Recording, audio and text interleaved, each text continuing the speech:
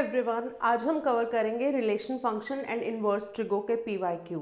Relation function and inverse trigo chapter की total weightage मिला के 8 मार्क्स है।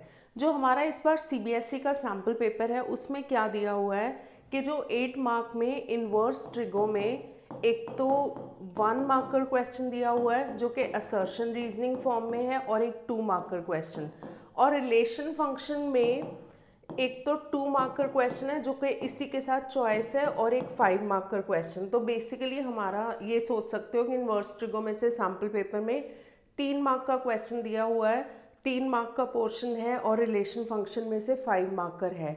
बट ये जो टोटल देखो दोनों में से 8 मार्क्स का आएगा, पर उसमें से ये रेशो जो है कभी भी स्विच हो सकती है।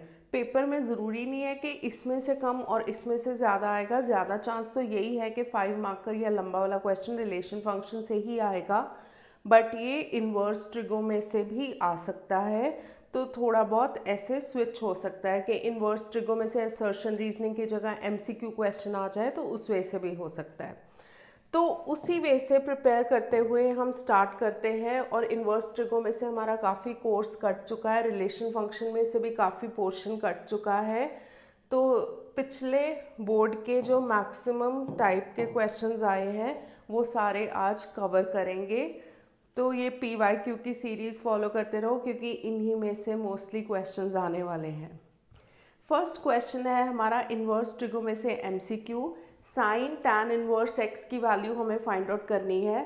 तो इस टाइप के क्वेश्चंस देखो बहुत इजी होते हैं, क्योंकि ये टैन इनवर्स है ना, तो इसको साइन इनवर्स में कन्वर्ट कर लो। जब हम एक ट्राइंगल कंस्ट्रक्ट करेंगे तो ट्राइंगल में क्या होता है, tan inverse, tan is perpendicular upon base, ditto for tan inverse, मतलब उसके लिए भी सेम ही लेते हो, परपेंडिकुलर अपॉन बेस, उसी वे से कर लिया करो। तो x अपॉन 1, पाइथागोरस से ही आएगा 1 प्लस एक्स स्क्वायर, तो ये हो जाएगा साइन टैन इनवर्स को जब हम साइन इनवर्स में चेंज करेंगे, जैसे साइन होता है ना परपेंडिकुलर अपॉन हाइपोटेन्यूज, तो साइन इनवर्स भी परपेंडिकुलर अपॉन हाइपोटेन्यूज हो जाएगा। तो x upon root 1 plus x square, तो sine of sine inverse this is x upon root 1 plus x square.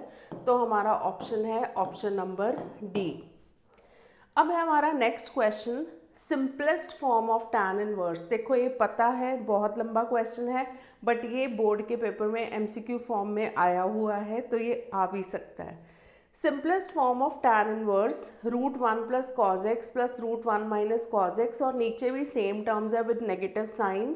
पर इसमें एक चीज़ का ध्यान देना है कि जो x की वैल्यू है वो पाई एंड 3π/2 के बीच में लाई करती है, तो इस चीज़ का बहुत ध्यान देना है। तो जब हम इसको सिंप्लीफाई करेंगे, देखो tan inverse 1 plus cos x जो होता है वो 2 कॉस स्क्वायर x/2 होता है। तो यहाँ पे लिख देती हूँ रूट 1 प्लस कॉज एक्स जो होगा, root 1 plus cos x is 2 cos square x/2।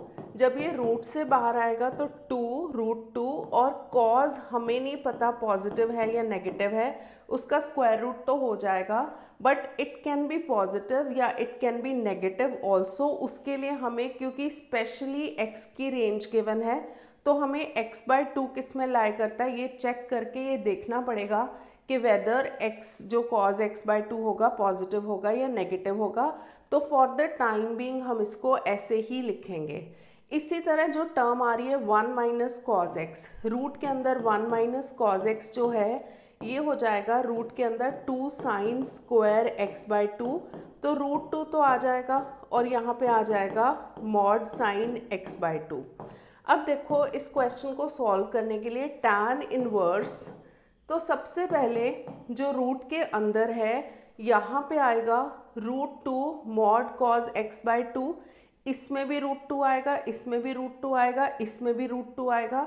तो क्या करते हैं, वी विल कैंसल रूट 2, क्योंकि हमारा MCQ है तो पूरे स्टेप्स दिखाने की ज़रूरत नहीं है, मतलब हम अपने लिए ही सॉल्व कर रहे हैं, तो हम उसको पहले ही कैंसिल कर देते हैं। इसमें आएगा मॉड कॉज x/2, तो अभी हम डिसाइड करते हैं कि इसका साइन पॉजिटिव है या नेगेटिव। ये मॉड साइन x/2, मॉड मैंने इसलिए लिया है because it can be positive और इट कैन बी नेगेटिव। और नीचे भी mod cos x by two and minus mod sine x by two. अब हमें चेक करना पड़ेगा ये जो x है it lies in pi to 3 pi by two, pi to 3 pi by two के बीच में लाई करता है। तो जब हम x बाई टू निकालेंगे तो ये पाई by two and 3 pi by 4 के बीच में लाई करता है। हमने सबको 2 से डिवाइड कर दिया। पाई बाई 2 होता है 90 डिग्री, तो 3 पाई बाई 4 क्या होता है? तो 3 पाई बाई 4 होता है 135 डिग्री। 90 टू 35 डिग्री मतलब सेकेंड क्वाड्रेंट।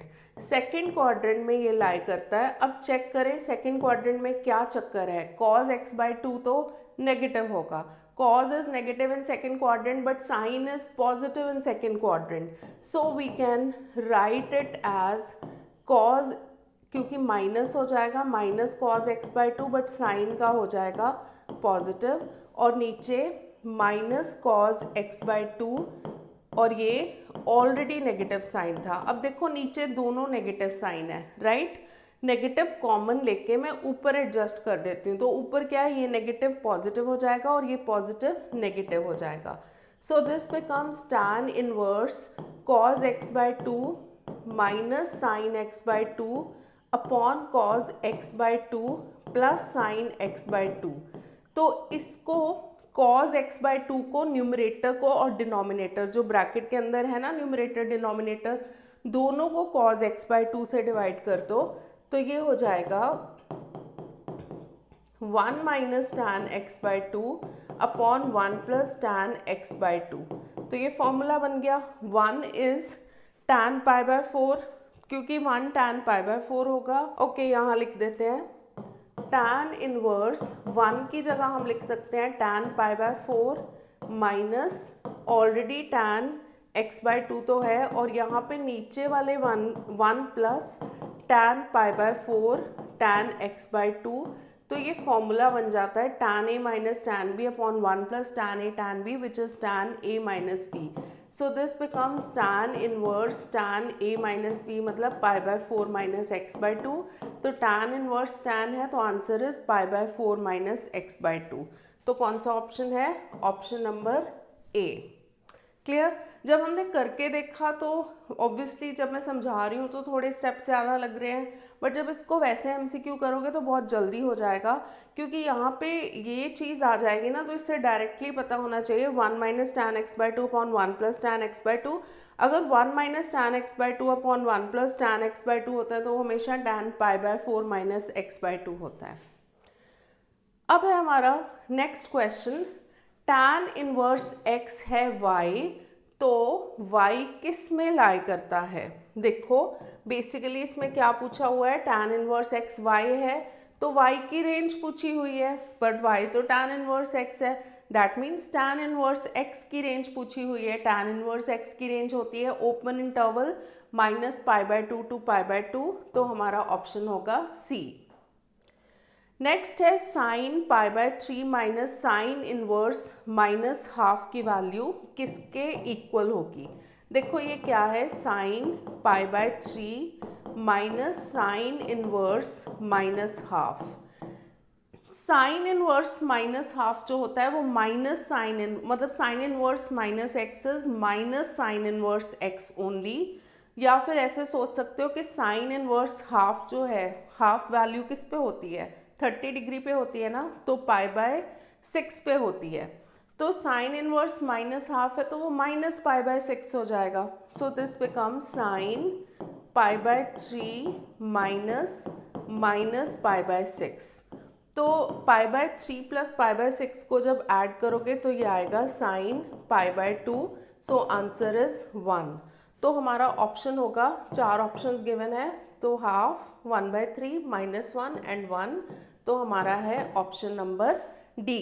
अब है हमारे next set of questions, what is the range of principal value branch of the function y is equal to second inverse x। Range सारी याद होनी चाहिए। इनवर्स ट्रिग्नोमेट्रिक फंक्शन के लिए रेंज को याद करने का मैं तरीका बताती हूँ।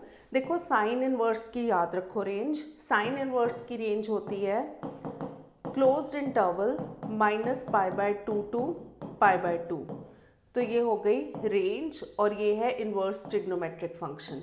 एंड कॉज इन्वर्स की रेंज होती है 0 to π/2, sorry 0 to π closed interval. ठीक है, ये दो याद रखो।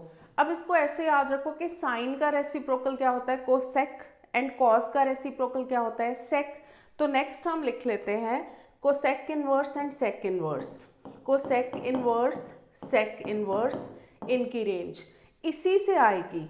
ये सेम है जो साइन की थी, बट साइन सोच लो जीरो किस पे होता है, जीरो पे होता है ना, तो इसमें से जीरो माइनस कर दो।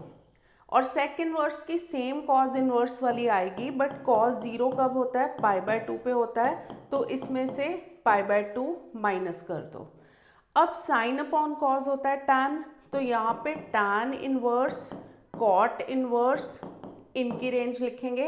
ये दोनों वाली सेम आएगी but with open interval, -π/2 to π/2, और ये होगी 0 to π। तो आई होप ये मेथड जो है याद करने का वो क्लियर है। बस साइन इनवर्स, कॉज इनवर्स का याद रखो।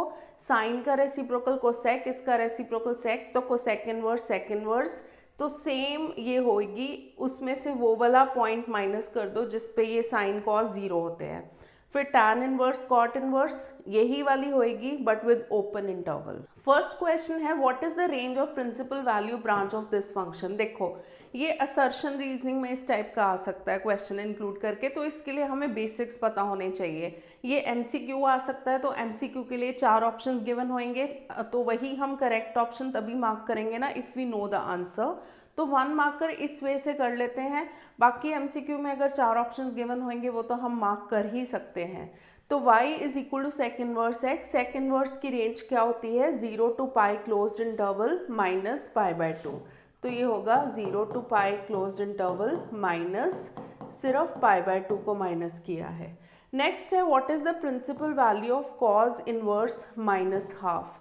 तो इसको ऐसे ले लो, let x is equal to cos inverse minus half. तो कॉज x हो जाएगा माइनस हाफ। अब ये हमारे पास जब cos x is minus half आया तो minus half value, minus half को तो छोड़ो, माइनस को तो छोड़ो, हाफ देखो किस पे होती है, हाफ वैल्यू होती है cos 60 डिग्री पे, विच इज इक्वल टू π/3। तो हम इसको लिख सकते हैं माइनस हाफ को माइनस cos π/3। अब देखो इस माइनस को अंदर तो ले जा नहीं सकते क्योंकि cos ऑफ माइनस एक्स तो cos x होता है। अब ये है नेगेटिव, तो नेगेटिव हमारे 4 क्वाड्रेंट्स में से हमें देखना होता है कि सबसे पहले किस में आता है कॉज नेगेटिव, मतलब सेकंड में भी आता है, थर्ड में भी आता है, बट पहले सेकंड क्वाड्रेंट आता है, तो पहले सेकंड क्वाड्रेंट में देखना होगा। तो सेकंड क्वाड्रेंट में होता है 0 π/2 to π तक। तो हम इसको लिख सकते हैं cos π माइनस π/3, क्योंकि cos π minus theta is minus cos theta only. अब इसको माइनस कर लो, 2 π/3 आ जाएगा। तो cos x is equal to cos 2 π/3। अब इसको चेक करो कि 2 π/3 cos इनवर्स की रेंज में लाई करता है या नहीं। 2 π/3 इज 120 डिग्री और ये 0 to 180 डिग्री है, तो 2 π/3 जो है that belongs to closed interval 0 to π। तो हमारा x की वैल्यू होगी 2 π/3। x हमने किसको लिया था, इस क्वेश्चन को लिया था, तो इसकी प्रिंसिपल वैल्यू इज 2 π/3। अब हमें निकालनी है what is the principal value of cot inverse minus √3। अगर इसको फॉर्मूला से करना चाहते हो कि पाई माइनस, अगर जैसे ये फॉर्मूलाज वैसे कट गए हैं, कॉट इनवर्स माइनस एक्स जो होता है वो होता है pi minus cot inverse x. तो ये हो जाएगा पाई माइनस कॉट इनवर्स √3, क्योंकि हमें तो आंसर ही निकालना है ना। तो कॉट √3 की वैल्यू किस पे होती है, 30 डिग्री पे होती है, विच इज़ π/6। तो पाई माइनस π/6 ये आ जाएगा 5 π/6, विच इज़ 150 डिग्री। तो कॉट इनवर्स की रेंज देख लो, इसमें लाई करता है, दैट बिलोंग्स टू 0 to π। तो इसका आंसर होगा 5 π/6, which is its principal value. तो अगर इसको पिछले क्वेश्चन की तरह करना है तो फिर हम कैसे करेंगे, इसको हम x is equal to cot inverse minus √3 ले लेंगे। तो कॉट x हो जाएगा माइनस √3 -√3 वैल्यू होती है π/6 पे, तो cot x हो जाएगा -cot π/6। तो यहाँ पे तो इसको हम अंदर डाल के भी देख सकते हैं -π/6 को, क्योंकि cot of minus theta is minus cot theta, but -π/6 जो है वो cot इनवर्स की रेंज में लाई नहीं करता। तो इसको हम लिख सकते हैं cot सेकेंड क्वाड्रेंट में नेगेटिव होता है, पाई माइनस π/6, 5π/6 आएगा जो कि उसकी रेंज में लाई करता है, तो आंसर इज 5π/6। अब है इसका लास्ट क्वेश्चन, इस पेज का, इस स्लाइड का last question, find the value of sine inverse cos 3π/5। तो मैं ये रेंज हटा रही हूँ, तो साइन इनवर्स कॉज 3π/5, यहाँ पे तो कॉज आ गया, हमारे पास साइन होता तो हमारे लिए चीज़ें इजी हो जाती, तो हम कॉज को साइन में चेंज कर सकते हैं, ऑब्वियसली चेंज कर सकते हैं। साइन π/2 माइनस थीटा जो होता है वो होता है कॉस थीटा, मतलब साइन π/2 माइनस थीटा ये है वो होता है कॉस थीटा। अब क्या करो, ये ब्रैकेट के अंदर जो है ना एंगल्स, इन दोनों एंगल्स को हम माइनस कर लेते हैं, तो यहाँ पे आएगा 10, ये 5π - 2 - 6, तो -π/10 आएगा। अब साइन इनवर्स की रेंज थी क्लोज्ड इंटरवल -π/2 टू π/2। इसमें देखो साइन इनवर्स, एक और चीज़ ध्यान रखो, साइन इनवर्स साइन थीटा जो होता है वो थीटा के इक्वल तब होता है अगर थीटा साइन इनवर्स की रेंज में लाई करता है। रेंज ऑफ साइन इनवर्स मतलब साइन इनवर्स साइन थीटा है ना, तो साइन इनवर्स साइन थीटा जो है वो थीटा होगा, बट उसके लिए हमें देखना पड़ेगा कि वो साइन इनवर्स की रेंज में, बाहर साइन इनवर्स है ना तो उसकी रेंज में लाई करना चाहिए। और अगर sine of sine inverse theta है वो थीटा तब होता है अगर थीटा बिलोंग्स टू, क्योंकि अब बाहर साइन है तो ये रेंज ऑफ साइन में याद करना चाहिए। इसको डोमेन से भी याद कर सकते हो बट एक ही मेथड फॉलो करो। तो अगर साइन इनवर्स साइन थीटा है वो थीटा तब होगा अगर थीटा इस बाहर वाले के रेंज में लाई करता है जो कि साइन इनवर्स है इस केस में, and sine of sine inverse theta is theta, theta belongs to range of जो बाहर है साइन उसकी रेंज में लाई करता है। अब देखो ये साइन इनवर्स साइन थीटा है, थीटा तब होगा अगर -π/10 साइन इनवर्स की रेंज में लाई करता है, तो -π/10 जो है दैट बिलोंग्स टू -π/2 टू π/2, क्योंकि -π/10 होगा -18 डिग्री और ये -90 टू 90 डिग्री है, तो ऑब्वियसली इसकी रेंज में लाई करता है, तो इसका आंसर हो जाएगा -π/10। तो इट्स वैल्यू इज -π/10। अब है हमारा next question, what is the principal value of tan inverse tan 3π/5। जैसे कि मैंने अभी बताया था कि tan इनवर्स tan थीटा जो है वो थीटा के इक्वल कब होगा, if theta belongs to range of tan inverse, बाहर tan इनवर्स है ना तो tan इनवर्स की रेंज होगी -π/2 टू π/2। अब देखो 3π/5 को चेक करो, 3π/5 इज 3 × 180/5, तो 180/5 जो होता है 36 × 3 108 डिग्री आएगा, तो ये तो 90 तक ही है। तो अगर हम इसमें चेक करेंगे तो 3π/5 जो है that does not belong to -π/2 to π/2। तो उस केस में हम क्या करेंगे, इसको रिड्यूस करेंगे, तो tan इनवर्स tan 3π/5, 3π/5 को रिड्यूस करने के लिए, मतलब ये बड़ा एंगल आ रहा है ना, तो हम पाई में से माइनस करके देखते हैं, पाई - 3π/5, तो पाई माइनस थीटा ये हो जाएगा tan पाई माइनस थीटा होता है, क्योंकि pi is in second quadrant तो वो नेगेटिव होता है, माइनस tan थीटा होता है, तो ये हो जाएगा tan inverse minus tan 3π/5, sorry इसको हम लिख सकते हैं पाई -2π/5, पाई -2π/5, क्योंकि जब माइनस करोगे तभी 3π/5 आएगा, तो tan इनवर्स माइनस tan 2π/5 आ जाएगा। अब tan तो देखो ऑड फंक्शन होता है, तो हम इसको ऐसे लिख सकते हैं tan -2π/5। अब चेक करते हैं -2π/5 की वैल्यू क्या है, 2 × 180/5, 36 × 2 72 डिग्री जो कि इसमें लाई करता है, तो -2π/5 बिलोंग्स टू जो tan इनवर्स की रेंज है, तो इसका जो आंसर होगा वो होगा -2/5। So its principal value is -2π/5। ठीक है। अब है असर्शन रीजनिंग का क्वेश्चन। असर्शन रीजनिंग में देखो 4 चॉइसेस गिवन होती हैं। फर्स्ट तो पता ही है, वो देख लेंगे हम क्या है। असर्शन रीजन देखते हैं क्या है। असर्शन है domain of the function sec inverse 2x जो है, सेक इनवर्स 2x की डोमेन है ये और ये। चेक करते हैं, हमें तो सेक इनवर्स x की डोमेन पता है, तो सेक इनवर्स x 2x की रेंज हम कैसे निकालेंगे। देखो domain of sec inverse x जो होती है वो होती है रियल नंबर्स में से -1 to 1 माइनस हो जाता है, ये ओपन इंटरवल माइनस हो जाती है। मतलब अगर ये पूरा सेट ऑफ रियल नंबर्स है, इसके बीच में -1 to 1, इसको छोड़ के पूरी की पूरी डोमेन होगी। इसका मतलब है कि x जो है वो लेस देन और इक्वल टू -1 होगा या x ग्रेटर देन और इक्वल टू 1 होगा। 1 तो इंक्लूडेड नहीं है ना, जो डोमेन हमने एक्सक्लूड में, डोमेन में से जो इंटरवल एक्सक्लूड किया तो उसमें 1 is not included. That means हम यहाँ पे x लेस देन और इक्वल टू 1 और x ग्रेटर देन और इक्वल टू 1 ले सकते हैं। अब यहाँ पे हमें 2x देखना है, तो 2x लेस देन और इक्वल टू -1 या 2x ग्रेटर देन और इक्वल टू 1, तो ये आएगा x लेस देन और इक्वल टू -12 और x ग्रेटर देन और इक्वल टू हाफ। तो हमारे पास बेसिकली देखो हमें 2x की निकालनी है, बट अल्टीमेटली हमें x का ही देखना पड़ेगा। तो 2x लेस देन और इक्वल टू -1 और 2x ग्रेटर देन और इक्वल टू 1 से आ रहा है x इज लेस देन और इक्वल टू -12 और x इज ग्रेटर देन और equal to half. Less than और इक्वल टू -12 ये आ गया, लेस देन और इक्वल टू -12 और ग्रेटर देन और इक्वल टू हाफ ये आ गया।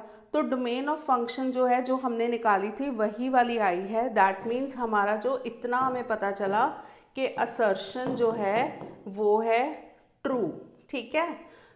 अब सेक इनवर्स -2 इज -π/4, मतलब सेक इनवर्स कुछ भी होगा वो -π/4 होगा। बट सेक इनवर्स -x जो है वो सेक इनवर्स की रेंज में तो लाई करना चाहिए ना। सेक इनवर्स की रेंज क्या होती है, तो सेक इनवर्स की जो रेंज होती है वो होती है 0 to π closed interval. Cos inverse से आती है ना, और कॉज 0 किस पे होता है, π/2 पे, तो -π/2। मतलब इसमें सारी जो रेंज में पॉजिटिव वैल्यूज ही आ रही है एंगल्स की, तो इसका आंसर नेगेटिव तो आ ही नहीं सकता। दैट मीन्स हमारा जो रीज़न है R इज फॉल्स। तो फर्स्ट एंड 2 ऑप्शंस में से कुछ रह ही नहीं गया, तो हमारा स्ट्रेट फॉरवर्ड आ गया assertion is true but reason is false. ये आंसर है। अब है हमारा next question, express tan inverse cos x upon 1 minus sine x -3 π/2 to π/2 less than x less than π/2 is the simplest form. Simplest form में इसको express करना है। तो ये वाले क्वेश्चन जो हैं ये 2 मार्कर क्वेश्चन आ सकते हैं। तो इसको सॉल्व करते हैं पहले। tan inverse cos x upon 1 minus sine x. अगर यहाँ पे साइन एक्स होता तो हम उसको 2 sin x/2 cos x/2 लिख देते, हाफ एंगल फॉर्मूलाज लगा देते, और यहाँ पे 1 माइनस cos x होता तो हम इजीली कर लेते। बट यहाँ पे ऊपर है cos x, तो उसको साइन में चेंज कर देते हैं। साइन π/2 माइनस एक्स होता है cos x, और नीचे cos π/2 माइनस एक्स होता है साइन x, तो इस वे से लिख देते हैं। अब हम हाफ एंगल फॉर्मूलाज लगा सकते हैं। देखो साइन x का जो फॉर्मूला होता है हाफ एंगल में 2 sin x/2 cos x/2 and 1 minus cos x का जो होता है वो होता है 2 sin square x/2। So this becomes tan inverse 2 sin x/2, मतलब इस एंगल का पूरा हाफ हो जाएगा। तो जब हाफ होगा तो π/4 माइनस x/2 हो जाएगा, और यहाँ पे भी cos π/4 माइनस x/2 हो जाएगा, और डिनोमिनेटर में हो जाएगा 2 sin स्क्वायर π/4 माइनस x/2। तो इसमें देखो एक साइन वाली टर्म कट गई और ये 2 and 2 कट गया। ये cos अपॉन साइन का एंगल तो सेम है, तो this becomes cot। So this becomes tan inverse cot π/4 minus x/2। But यहाँ पे तो हमें tan इनवर्स है ना, तो हमें यहाँ tan चाहिए। कॉट को हम लिख सकते हैं tan π/2 minus theta. tan 90 degree minus theta cot होता है, तो वो हम लिख सकते हैं। तो इसको हम लिखेंगे tan π/2 माइनस थीटा की जगह है π/4 माइनस x/2। अब हम इसको सिंप्लीफाई करेंगे। π/2 माइनस π/4 प्लस x/2 आ गया। इसको जब हम 2 LCM लेके करेंगे 2 पाई तो pi by 4 plus x by 2 आएगा. So this becomes tan inverse tan pi by 4 plus x by 2. Answer is pi by 4 plus x by 2. But हमें इसमें चेक करना पड़ेगा. कैसे चेक करेंगे? क्योंकि हमें x की रेंज गिवन है तो हमें देखना है कि pi by 4 plus x by 2 tan inverse की रेंज में लाई करता है या नहीं. तो -3 pi by 2 less than x less than pi by 2. हमें चाहिए pi by 4 plus x by 2. तो सबसे पहले सबको 2 से डिवाइड कर देते हैं. ये हो गया -3 बाय पाई बाय 4 और ये पाई बाय 4 हो गया. अब बीच में हमें प्लस पाई बाय 4 भी चाहिए तो सब में पाई बाय 4 हम ऐड कर देते हैं ये मिडिल वाली टर्म में. और यहाँ पे भी pi by 4 plus pi by 4 add करा और ये -3 pi by 4 plus pi by 4 ये हो जाएगा -2 pi by 4 which is equal to -pi by 2.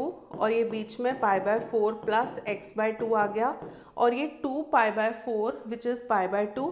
तो ये आ गई ना tan इनवर्स की range open interval -pi by 2 to pi by 2. तो हमारा ये वेरीफाई हो गया कि इसका आंसर जो है pi by 4 plus x by 2 होगा. सो इसको जब हमने सिंपलेस्ट फॉर्म में लिखा तो हमारा आंसर आया pi by 4 plus x by 2.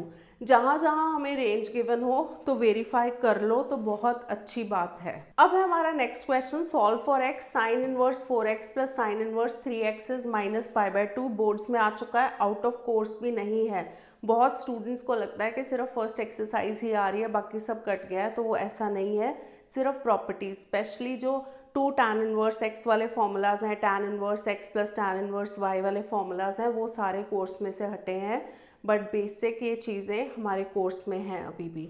तो sine inverse 4x plus sine inverse 3x is -pi by 2. इस इक्वेशन को हमें सॉल्व करना है. तो साइन इनवर्स 4x, ये जो साइन इनवर्स 3x है ना उसको दूसरी साइड ले जाओ तो माइनस साइन इनवर्स 3x हो जाएगा. अब दोनों साइड साइन ले लो तो इस साइड से साइन हट जाएगा, यहाँ पे 4x बचा. और साइन में देखो ये दोनों टर्म्स अब आ रही हैं नेगेटिव, तो साइन में से हम नेगेटिव साइन बाहर ले सकते हैं कि साइन ऑफ माइनस थीटा होता है माइनस साइन थीटा. तो ये हो जाएगा 4x is equal to minus sine pi by 2 plus sine inverse 3x. अगर हम ये देखें sine pi by 2 plus theta जो होता है, अगर इसको थीटा लें, sine pi by 2 plus theta is in second quadrant which is equal to cos theta. तो ये हो जाएगा 4x is equal to minus cos sine inverse 3x. अब देखो ये तो पता ही है ये कॉज है ये साइन इनवर्स है, इसको हम बनाएंगे कॉज इनवर्स.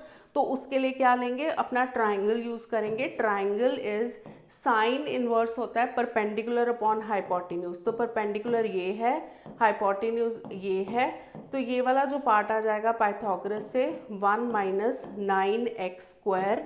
तो हम इसको लिख सकते हैं माइनस कॉज इनवर्स जब लिखेंगे बेस अपॉन हाइपोटेन्यूज आ जाएगा √1 minus 9x square upon 1. Cos and cos inverse हट गया तो 4x is equal to minus √1 minus 9x square. अब रूट को हटाना है, एक ही ऑप्शन है, स्क्वायरिंग कर देंगे. ये हो जाएगा 16x स्क्वायर माइनस हो जाएगा पॉजिटिव क्योंकि स्क्वायरिंग करके पॉजिटिव हो जाएगा 1 minus 9x square. 16x square plus 9x square हो जाएगा 25x स्क्वायर. तो हमारे पास आया 25x स्क्वायर इज 1. तो x स्क्वायर 1 बाय 25, x की वैल्यू प्लस माइनस 1 बाय 5. जब भी हमें इक्वेशन सॉल्व करनी होती है तो उस केस में क्या करना होता है कि हमें चेक करना होता है कि आंसर 2 आ रहे हैं, दोनों इक्वेशन को सेटिस्फाई करते हैं या नहीं. अब इस इक्वेशन को देखो, इस इक्वेशन में लेफ्ट हैंड साइड पे sine inverse 4x plus sine inverse 3x है और राइट हैंड साइड नेगेटिव है. तो जो पॉजिटिव एंगल होगा 1/5 that won't make the right hand side equal to negative. मतलब जब पॉजिटिव एंगल 1/5 पुट करोगे तो sine inverse 4/5 plus sine inverse 3/5 उससे आंसर नेगेटिव नहीं आएगा. तो हम पॉजिटिव वैल्यू को रिजेक्ट करते हैं. राइट हैंड साइड जो है वो नेगेटिव है, therefore x can not be 1/5. तो इसका आंसर होगा x is equal to minus 1/5. अब है हमारा next question. Prove that 9 pi by 8 minus 9/4 sine inverse 1/3 इसके बराबर है. एनसीईआरटी का क्वेश्चन है. लेफ्ट हैंड साइड से स्टार्ट करते हैं. 9 pi by 8 minus 9/4 sine inverse 1/3। तो इसमें से हम 9/4 कॉमन लेंगे, यहाँ पे बचेगा π/2 और यहाँ पे साइन इनवर्स 1/3। अब ये थोड़ा सा जो है प्रॉपर्टी आउट ऑफ कोर्स है कि sine inverse x plus cos inverse x होता है π/2, बट आई थिंक ये इतना थोड़ा सा बॉर्डर लाइन का काम आना चाहिए, तो ये हम यूज़ कर सकते हैं। तो sine inverse x plus cos inverse x π/2, तो π/2 माइनस साइन इनवर्स x हो जाएगा कॉज इनवर्स x, तो ये हो जाएगा कॉज इनवर्स 1/3। हमें तो चाहिए 9/4 तो आ गया, हमें साइन इनवर्स चाहिए, तो वेरी सिंपल, कॉज इनवर्स है साइन इनवर्स में चेंज करना तो हमें आता है। तो cause is base upon hypotenuse, ये बेस है ये हाइपोटेन्यूज है। जब हम पाइथागोरस से ये निकालेंगे तो 9 - 1 8 हो जाएगा, तो √8 इज 2√2। तो ये साइन इनवर्स में जब चेंज करेंगे, sine inverse perpendicular upon hypotenuse होता है 2√2/3 which is equal to right hand side. तो इससे हमारा ये क्वेश्चन हो गया प्रूव। नेक्स्ट क्वेश्चन बड़ा सिंपल है, prove that sine inverse 2x into √1 - x² is 2 cos inverse x। Right hand side पे हमें कॉज इनवर्स x चाहिए, तो हमें रेंज से भी चेक करने की ज़रूरत नहीं। तो इसमें हम सिंपली क्या करेंगे, लेफ्ट हैंड साइड में x को पुट करेंगे कॉस थीटा। देखो कॉमन सेंस है, अगर हम x को कॉस थीटा पुट करेंगे तभी थीटा कॉज इनवर्स x आएगा ना, और हमें कॉज इनवर्स x चाहिए, तो साइन थीटा पुट करने से कोई फ़ायदा नहीं, आंसर उससे भी आ जाएगा। तो इसमें साइन इनवर्स x की जगह जब 2x हो जाएगा 2 cos theta, and √1 minus cos square theta तो होता है साइन स्क्वायर थीटा, और जब वो रूट से बाहर आएगा तो साइन थीटा बन जाएगा। So this become sine inverse 2 cos theta sine theta, तो 2 साइन थीटा cos थीटा होता है sine 2 theta. So this become sine inverse sine 2 theta, जो कि हो जाएगा 2 थीटा। थीटा अब क्या है, theta is cos inverse x, तो 2 cos inverse x which is our right hand side. तो ये प्रूव हो गया। इस टाइप के प्रूविंग के क्वेश्चंस बहुत ज़्यादा बोर्ड एग्जाम में पूछे जाते हैं, और सिंप्लीफिकेशन वाले क्वेश्चंस जिसमें एक्सप्रेशन होता है इस टाइप का, उसको सिंप्लीफाई करना होता है, 2 मार्कर में इस टाइप का क्वेश्चन आ सकता है। अब देखो नेक्स्ट क्वेश्चन भी बहुत सिंपल है, prove that 3 sine inverse x is sine inverse 3x - 4x cube. तो ये अगर हम ध्यान दें 3 sine theta minus 4 sine cube theta का फॉर्मूला है, तो राइट हैंड साइड से स्टार्ट करते हैं और x को पुट करते हैं साइन थीटा। तो राइट हैंड साइड हो जाएगा sine inverse 3 sine theta minus 4 sine cube theta, जो कि होता है साइन 3 थीटा का फॉर्मूला। तो ये बन गया sine inverse sine 3 theta which is equal to 3 theta. तो 3 थीटा जो है चेक करना है तो चेक कर सकते हो रेंज में लाई करता है या नहीं, बट ज़रूरत नहीं है क्योंकि ये डायरेक्टली भी कर सकते हो। तो 3 साइन इनवर्स x हो जाएगा which is equal to left hand side. तो ये पार्ट हमारा हो गया प्रूव। अब नेक्स्ट वाले में भी देख सकते हो 3 कॉज इनवर्स x को ये प्रूव करना है कॉज इनवर्स। तो अगर हम राइट हैंड साइड में x को पुट करें कॉज थीटा, तो ये हो जाएगा cause inverse 4 cause cube theta minus 3 cos theta. तो ये फॉर्मूला होता है कॉज 3 थीटा का। तो this becomes cos inverse cos 3 theta which is equal to 3 theta. तो थीटा की वैल्यू है कॉज इनवर्स x, तो 3 cos inverse x which is equal to left hand side. तो इस टाइप के क्वेश्चंस बहुत आराम से 2 मार्कर्स में आ सकते हैं। अब है हमारा next question, find the value of sine inverse sine 13 π/7। Sine inverse sine theta जो है वो थीटा तब होता है अगर थीटा साइन इनवर्स की रेंज में लाई करे। अब देखो यहाँ पे 13 π/7 जो है वो -π/2 टू π/2 जो कि साइन इनवर्स की रेंज है उसमें लाई नहीं करता।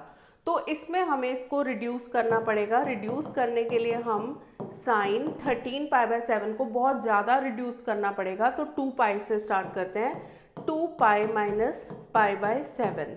2π - π/7 को अगर सब्ट्रैक्ट करके देखोगे तो 13 π/7 आएगा। अब साइन 2π - थीटा जो होता है, क्योंकि फोर्थ क्वाड्रेंट में है, तो 2π साइन 2π - थीटा इज 2π वाले चेंज नहीं होते, फोर्थ क्वाड्रेंट में साइन इज नेगेटिव, तो this is minus sine theta.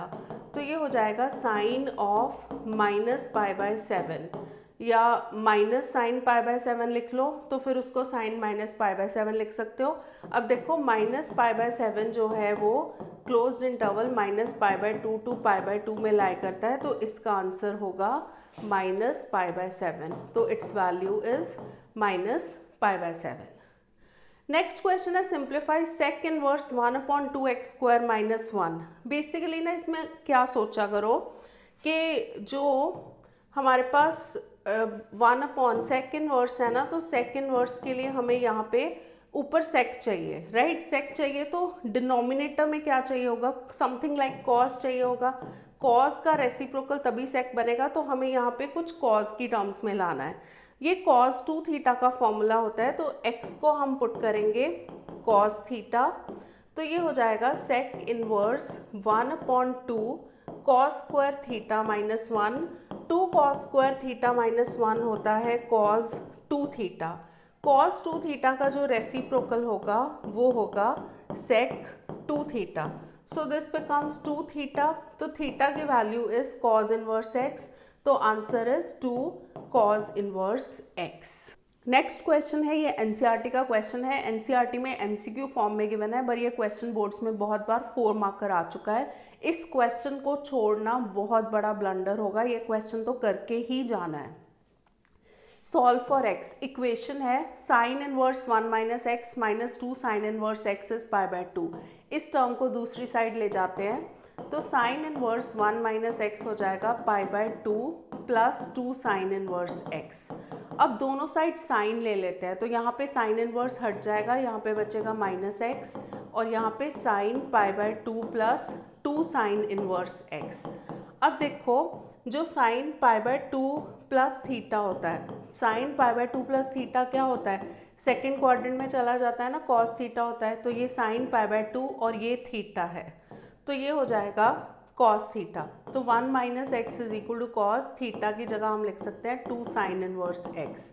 अब हम इसमें फिर से फॉर्मूला लगाएंगे, कॉस 2 थीटा क्या होता है, 1 minus 2 sine square theta. 2 cos square theta minus 1 भी होता है, बट मुझे ये चाहिए 1 माइनस 2 साइन स्क्वायर थीटा। ये है कॉस 2, ये है थीटा, तो हम इसको लिखेंगे 1 माइनस 2 साइन स्क्वायर थीटा की जगह क्या है, साइन इनवर्स एक्स। अब ये स्टेप ध्यान से देखना, 1 माइनस 2 स्क्वायर है ना, साइन स्क्वायर थीटा को हम साइन थीटा होल स्क्वायर भी तो लिख सकते हैं, तो इसको sine inverse x whole square लिख सकते हैं। अब देखो साइन इनवर्स एक्स बन जाएगा एक्स, और एक्स का होल स्क्वायर है एक्स स्क्वायर बन जाएगा। तो हमारे पास आया 1 minus x is equal to 1 minus 2 x square. 1 and 1 cut गया, तो minus x plus 2 x square is 0। इसमें से x कॉमन लेंगे तो अंदर आएगा 2x माइनस 1 इज 0। तो x की दो वैल्यूज़ आ रही है 0 एंड हाफ। अब मैंने क्या बताया था, जब भी इक्वेशन में दो वैल्यूज़ आती हैं तो उनको हमेशा हमें चेक करना है। तो व्हेन x इज 0, इसकी लेफ्ट हैंड साइड से चेक करते हैं। लेफ्ट हैंड साइड में साइन इनवर्स 1 माइनस एक्स, तो साइन इनवर्स 1 माइनस 0 हो जाएगा, माइनस 2 साइन इनवर्स एक्स मतलब साइन इनवर्स 0। ये साइन इनवर्स 1 हो गया, साइन इनवर्स 1 होता है पाई बाय 2, और साइन इनवर्स 0 तो 0 है, तो ये आ गया pi by 2। This is equal to RHS आ गया, 0 सेटिस्फाई हो गया। अब हाफ से चेक करते हैं। व्हेन x इज हाफ, तो उस केस में लेफ्ट हैंड साइड जो होगा वो होगा sine inverse 1 minus half minus 2 sine inverse half. Sine inverse 1 minus half जब सब्ट्रैक्ट करोगे तो हाफ ही होगा, और यहाँ पे माइनस 2 साइन इनवर्स हाफ, मतलब ये दोनों टर्म्स आ रही हैं x माइनस 2x फॉर्म में, तो सब्ट्रैक्ट कर दोगे, माइनस साइन इनवर्स हाफ हो गया। साइन इनवर्स हाफ होता है पाई बाय 6, तो माइनस पाई बाय 6 हो गया, which is not equal to RHS। तो हमारी इक्वेशन सिर्फ सेटिस्फाई हो रही है x इज इक्वल टू 0 से, तो इसका आंसर होगा x इज इक्वल टू 0। अब है हमारा इनवर्स ट्रिगो का लास्ट क्वेश्चन। इसके बाद हम रिलेशन फंक्शन स्टार्ट करेंगे। Prove that tan inverse root 1 plus x minus 1 root 1 minus x upon root 1 plus x plus root 1 minus x is pi by 4 minus half cos inverse x. NCERT का question है, तो इसमें हम put करेंगे x को cos 2 theta, cos theta भी put कर सकते हो बट उससे थोड़ा सा कॉम्प्लिकेटेड हो जाएगा। तो ये बन गया tan इनवर्स रूट के अंदर 1 plus cos 2 theta minus 1 minus cos 2 theta upon root 1 plus cos 2 theta plus 1 minus cos 2 theta. अब देखो यहाँ पे तो straightforward -1/2 to 1 range given है। -1/2 to 1 जब रेंज गिवन है ना तो वो tan इनवर्स की रेंज में ही लाई करेगा, तो यहाँ पे हमें चेक करने की ज़रूरत नहीं है। तो ये होगा 2 cos स्क्वायर थीटा रूट के अंदर, और ये 2 sin स्क्वायर थीटा होता है इसका फॉर्मूला, और इसका भी फॉर्मूला 2 cos स्क्वायर थीटा और इसका formula 2 sin square theta. Root two हर एक में कट जाएगा, तो हम क्या करेंगे, cancel root 2 from each term. तो ये tan इनवर्स आ गया। जब हम स्क्वायर रूट लेंगे cos theta minus sine theta upon cos theta plus sine theta. अब हमें क्या करना होता है, cos थीटा से डिवाइड करना होता है हर एक टर्म को। तो ये बन जाएगा tan inverse 1 minus tan theta upon 1 plus tan theta. अब हम tan पाई बाय 4 वाला फॉर्मूला बनाएंगे। यहाँ पे tan पाई बाय 4 लिखेंगे minus tan theta upon 1 plus tan pi by 4 tan theta. तो ये बन गया tan a minus tan b upon 1 plus tan a tan b which is tan a minus b। तो tan inverse tan pi by 4 minus theta, तो ये आ जाएगा पाई by 4 minus theta. इसमें हमने रेंज से चेक इसलिए भी नहीं किया क्योंकि आंसर में हमें ना आंसर गिवन है, तो हमारा वैसे ही वेरीफाई हो जाएगा। तो ये थीटा की वैल्यू अब कैसे निकालेंगे, x इज cos 2 थीटा, क्योंकि x cos 2 थीटा है, दोनों साइड cos इनवर्स ले लो, तो cos इनवर्स x हो जाएगा 2 थीटा। अब 2 को उस साइड ले जाओ तो हाफ cos इनवर्स x हो जाएगा थीटा। तो थीटा की जगह हम पुट कर देंगे पाई by 4 minus half cos inverse x, और इसके साथ हमारे इनवर्स ट्रिगो के क्वेश्चंस हो गए ख़त्म। अगर वीडियो अच्छा लग रहा है तो प्लीज़ एक लाइक ज़रूर कर देना, this gives a lot of motivation. अब हम स्टार्ट करेंगे रिलेशन फंक्शन। सो सबसे पहले हम रिलेशन फंक्शन के PYQ में स्टार्ट करेंगे 2 मार्कर क्वेश्चन से, और रिलेशन फंक्शन में हर टाइप के क्वेश्चंस मैं कवर करूंगी, तो गारंटेड है रिलेशन फंक्शन के इसी टाइप के क्वेश्चंस ही बोर्ड्स में आएंगे।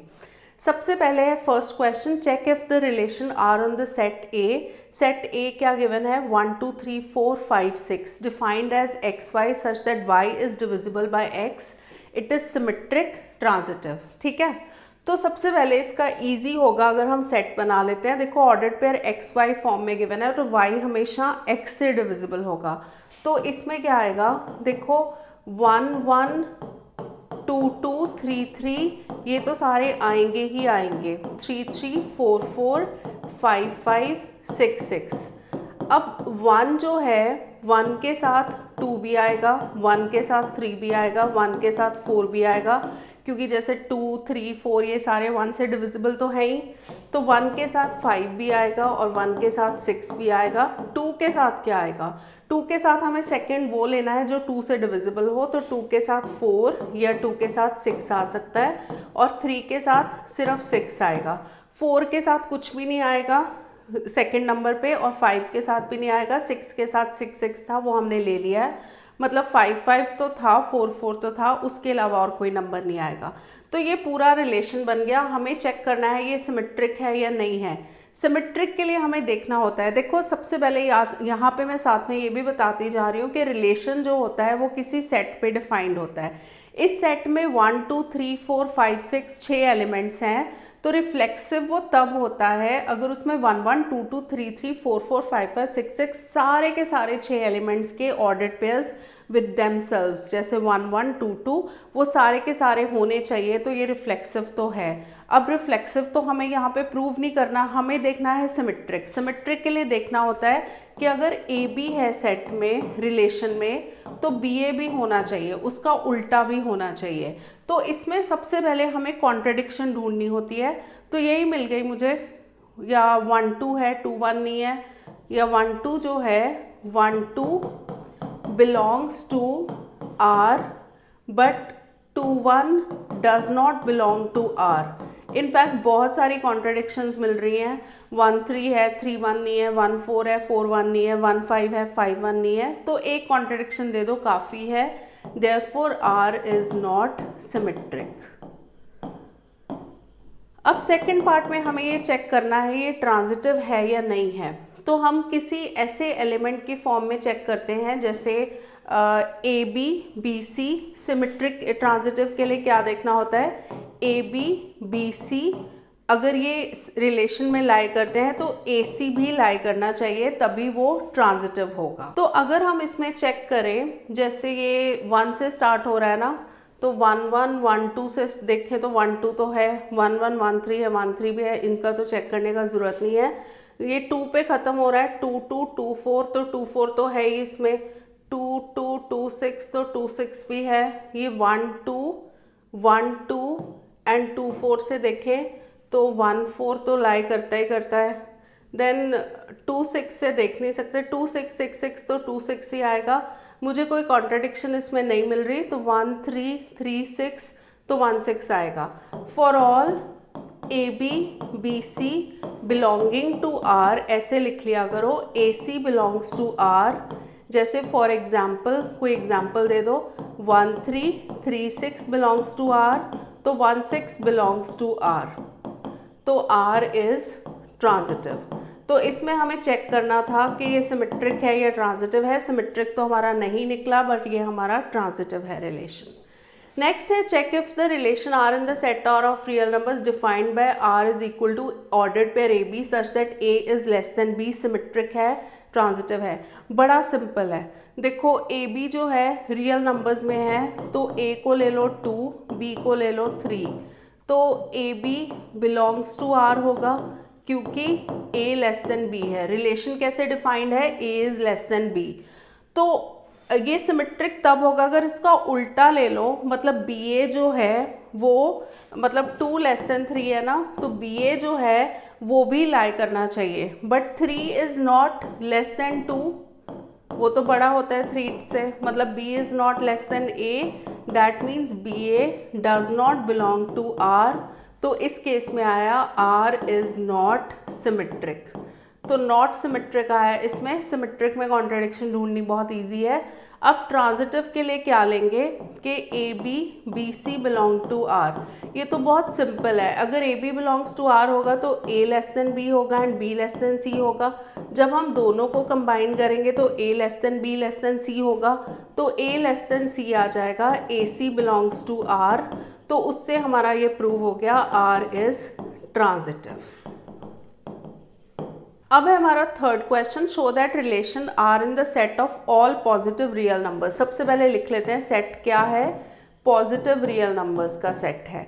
तो रिलेशन कैसे डिफाइंड है, ordered pair A B such that A is less than B cube. So this is neither symmetric not transitive prove करना है। जब भी नाइदर सिमेट्रिक नॉट ट्रांजिटिव ऐसा कुछ प्रूव करना हो तो हमेशा एग्जाम्पल से ही कॉन्ट्रडिक्शन लाया करो। इसमें बिल्कुल सिंपल एग्जाम्पल लेके चलते हैं। ए को ले लेते हैं 1, बी को ले लेते हैं 2, A B belongs to R होगा क्योंकि A is less than B cube, मतलब 1 इज लेस देन 2 क्यूब है। But B A does not belong to R क्योंकि B is not less than A cube, B है 2, 2 is not less than 1 cube, 1 cube तो 1 होता है, तो 2 से छोटा तो होता नहीं है, तो B A does not belong to R, तो आर इज नॉट सिमेट्रिक। अब हमें ट्रांजिटिव का देखना पड़ेगा। ट्रांजिटिव के लिए मतलब हमें प्रूव करना है कि दिस इज नॉट ट्रांजिटिव, तो हमें कोई एग्जाम्पल सोचना पड़ेगा। एग्जाम्पल ये इस टाइप के क्वेश्चन में चाहे एग्जाम्पल याद रख के चले जाओ, क्योंकि एग्जाम में कई बार स्ट्राइक नहीं करता, टाइम लग जाता है सोचने में। इसमें ना ए को ले लो 26, बी को ले लो 3, सी को ले लो 2। अब देखो इसमें हम अज्यूम करेंगे कि A B B C belong to R, तो ये अज्यूम कर लेते हैं। इसको मैं हटा रही हूँ, तो let A B B C belong to R. अब देखो a is less than B cube क्योंकि 26 is less than 3 cube, 3 cube तो होता है 27, b is less than c cube, क्योंकि b है 3 is less than 2 cube which is 8, but a is not less than c cube, मतलब A B B C तो belong to R है, a less than c cube होना चाहिए अगर ए सी belongs to R है, a है 26 is not less than c cube मतलब 8, तो AC does not belong to R, that means R is not transitive. So अब है हमारा next question, let W denote the set of words in the English dictionary. Words होते हैं ना, जैसे Apple, bat, ball, cat, वो सब words हो गए. रिलेशन R हमने कैसे डिफाइन किया है, R is equal to ordered pair XY belonging to W cross W such that XY have at least one letter in common. जो भी XY होगा ना उनके बीच में एक लेटर कॉमन होना चाहिए. तो इस केस में मतलब XY दोनों जो ऑर्डर्ड पेयर हैं वो दोनों ही W इंटू W मतलब वर्ड सेट ऑफ वर्ड्स को ही बिलोंग करता है. तो W है सेट ऑफ वर्ड्स. अब हमें क्या प्रूव करना है कि R इज रिफ्लेक्सिव, सिमेट्रिक है, but it is not transitive, मतलब ट्रांजिटिव में हमें कॉन्ट्रडिक्शन चाहिए. तो सबसे पहले हम लेंगे let X belongs to W. Reflexive के लिए कोई भी एलिमेंट ले लिया करो जो कि उस सेट में बिलोंग करता है. अब X and X have all letters in common. अगर ऑल लेटर्स इन कॉमन होंगे that means XX belongs to R. अगर XX belongs to R होता है तो R is reflexive, क्योंकि देखो ऑब्वियसली X जो है वो तो सेम वर्ड ही होगा, सेम वर्ड है तो उसमें तो सारे लेटर सेम ही होंगे. अब उसके बाद हम ट्रांजिट सिमेट्रिक के लिए चेक करेंगे. उसके लिए हम दो लेंगे, XY दो वर्ड्स लेंगे और अज्यूम करेंगे कि XY belongs to R. तो X and Y have at least one letter in common. लिखा है ना, कम से कम एक लेटर कॉमन होना चाहिए, तो वन लेटर कॉमन. तो Y एंड X में भी तो सेम चीज़ होएगी ना, वन लेटर कॉमन. उल्टा कर दिया कोई फ़र्क नहीं पड़ेगा. That means ordered pair YX belongs to R, तो R इज सिमेट्रिक. तो हमने अज्यूम किया था कि XY बिलोंग्स टू R और प्रूव कर दिया कि YX बिलोंग्स टू R, तो ये हो गया सिमेट्रिक. ट्रांजिटिव नहीं होना चाहिए, तो ऐसा हम करते हैं कि let XY Z belongs to set of whole numbers, sorry set of words. तो such that XY YX belongs to R relation में लाई करता है. अब हमें चेक करना है कि XZ does not belong to R. Check नहीं करना, प्रूव करना है कि इट बिलोंग नहीं करता. X को ले लो, तो X is apple, Y is ban, Z is no.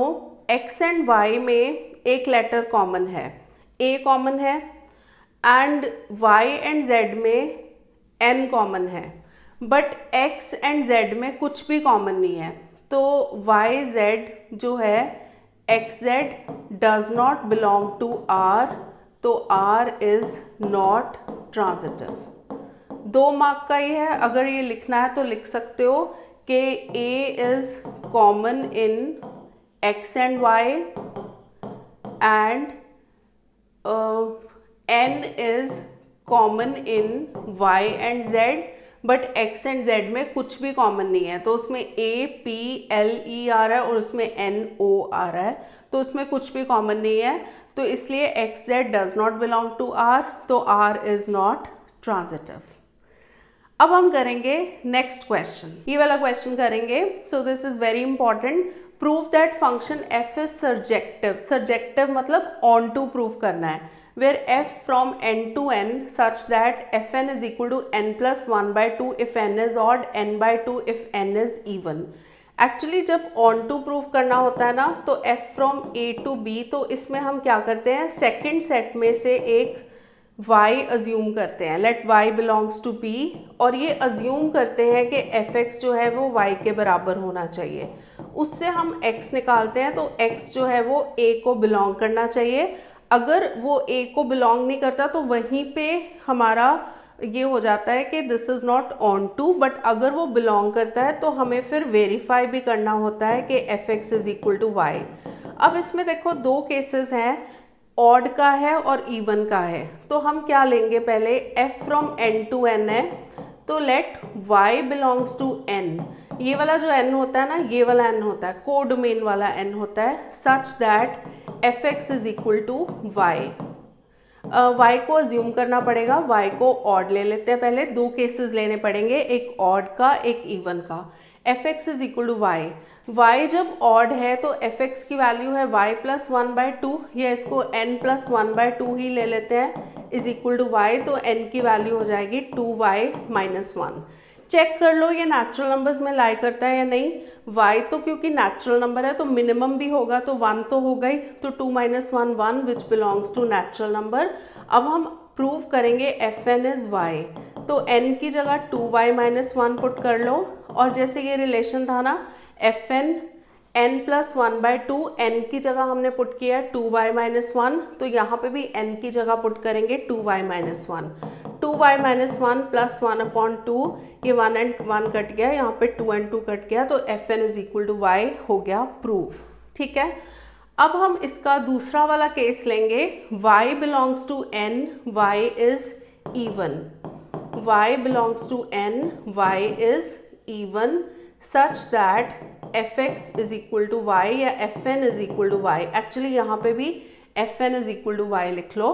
fn जब है, y जब इवन होगा तो इसकी वैल्यू है n/2, तो n/2 is equal to y, n आ जाएगा 2y विच बिलोंग्स टू नेचुरल नंबर। अब हमें क्या करना पड़ेगा, वेरीफाई करना पड़ेगा कि fn is equal to y है। fn जो है n की जगह हमारे पास आया है 2y, तो यहाँ पे पुट करेंगे n की जगह 2y, तो 2y/2 ये y प्रूव हो जाएगा। Therefore f is onto या सर्जेक्टिव, ये प्रूव हो गया हमारा। उसके बाद हमें ये प्रूव करना है कि is the function injective, justify your answer. Injective मतलब 1 प्रूव करना है। 1 में के लिए क्या होता है कि जैसे अगर हम कोई इसका एग्जाम्पल ले लें, मतलब ऐसे पूछा हुआ है ना, देखो सबसे पहले तो पूछा हुआ है prove the function is surjective, मतलब ऑन टू तो प्रूव करना ही करना है, मतलब वो हो जाएगा। अगर ये पूछा है कि check whether function is injective, तो कुछ ना कुछ गड़बड़ आएगी। इज द फंक्शन इंजेक्टिव मतलब यहाँ पे कुछ ना कुछ कॉन्ट्रडिक्शन तो आएगी ही आएगी। तो सोचते हैं क्या आएगी। अच्छा, यहाँ पे होगा n इज इवन, n को ना 1 ले लेते हैं, 1 जो है वो है ऑड, ठीक है, तो fn हो जाएगा, n की जगह ये पुट करेंगे ऑड वाले केस में 1 प्लस 1/2, 2/2 1 आएगा। अब हम ले लेते हैं n को 2 इज इवन, तो इस केस में जो fn की वैल्यू आएगी वो आएगी 2/2 विच इज इक्वल टू 1। अब देखो इमेजेस सेम आ रही हैं, तो fn1 is equal to fn2, मतलब ये तो हमारा इक्वल आ रहा है, fn1 is equal to fn2 आ रहा है, दोनों 1 and 2 आ रहे हैं, but n1 is not equal to n2, या इसमें n1 भी लिख सकते हो, तो यहाँ पे n2 लिख सकते हो, तो n1 एंड n2 दोनों इक्वल नहीं है, देयरफॉर f इज नॉट 1 1, तो नॉट 1 1 या नॉट इंजेक्टिव लिख सकते हो। Very very important question. अब हम करेंगे next question, show that the function f from r -1 to r -1 given by fx is equal to x/x+1 is bijective. Bijective का मतलब होता है कि इसको 1 1 एंड ऑन टू दोनों प्रूव करना है। तो उसके लिए देखो ये डोमेन है, डोमेन में से -1 नहीं है और कोडोमेन में से 1 नहीं है, मतलब x में -1 नहीं होगा और y की वैल्यू जो होगी वहाँ से जो भी कोडोमेन से खैर नहीं मैटर करता, बट ये स्टार्ट करते हैं। fx is f from this bijective proof करना है, 1 1 से स्टार्ट करते हैं। तो लेट x1 x2 1 1 के लिए ना हमेशा फर्स्ट वाला जो डोमेन है उसमें से एलिमेंट्स लिया करो, तो r -1 और अज्यूम किया करो fx1 is equal to fx2। fx1 is equal to fx2, यहाँ पे x1 जब पुट करेंगे ये आएगा x1 upon x1 plus 1 is equal to x2 upon x2 plus 1।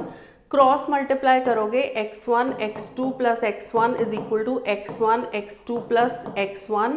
x1 x2 cut गया, यहाँ पे x2 था, नहीं सॉरी यहाँ पे x1 था और यहाँ पे x2 था, तो x1 x2 कट गया, तो ये हमारे पास आ गया x1 is equal to x2, therefore f is 1 1 prove हो गया।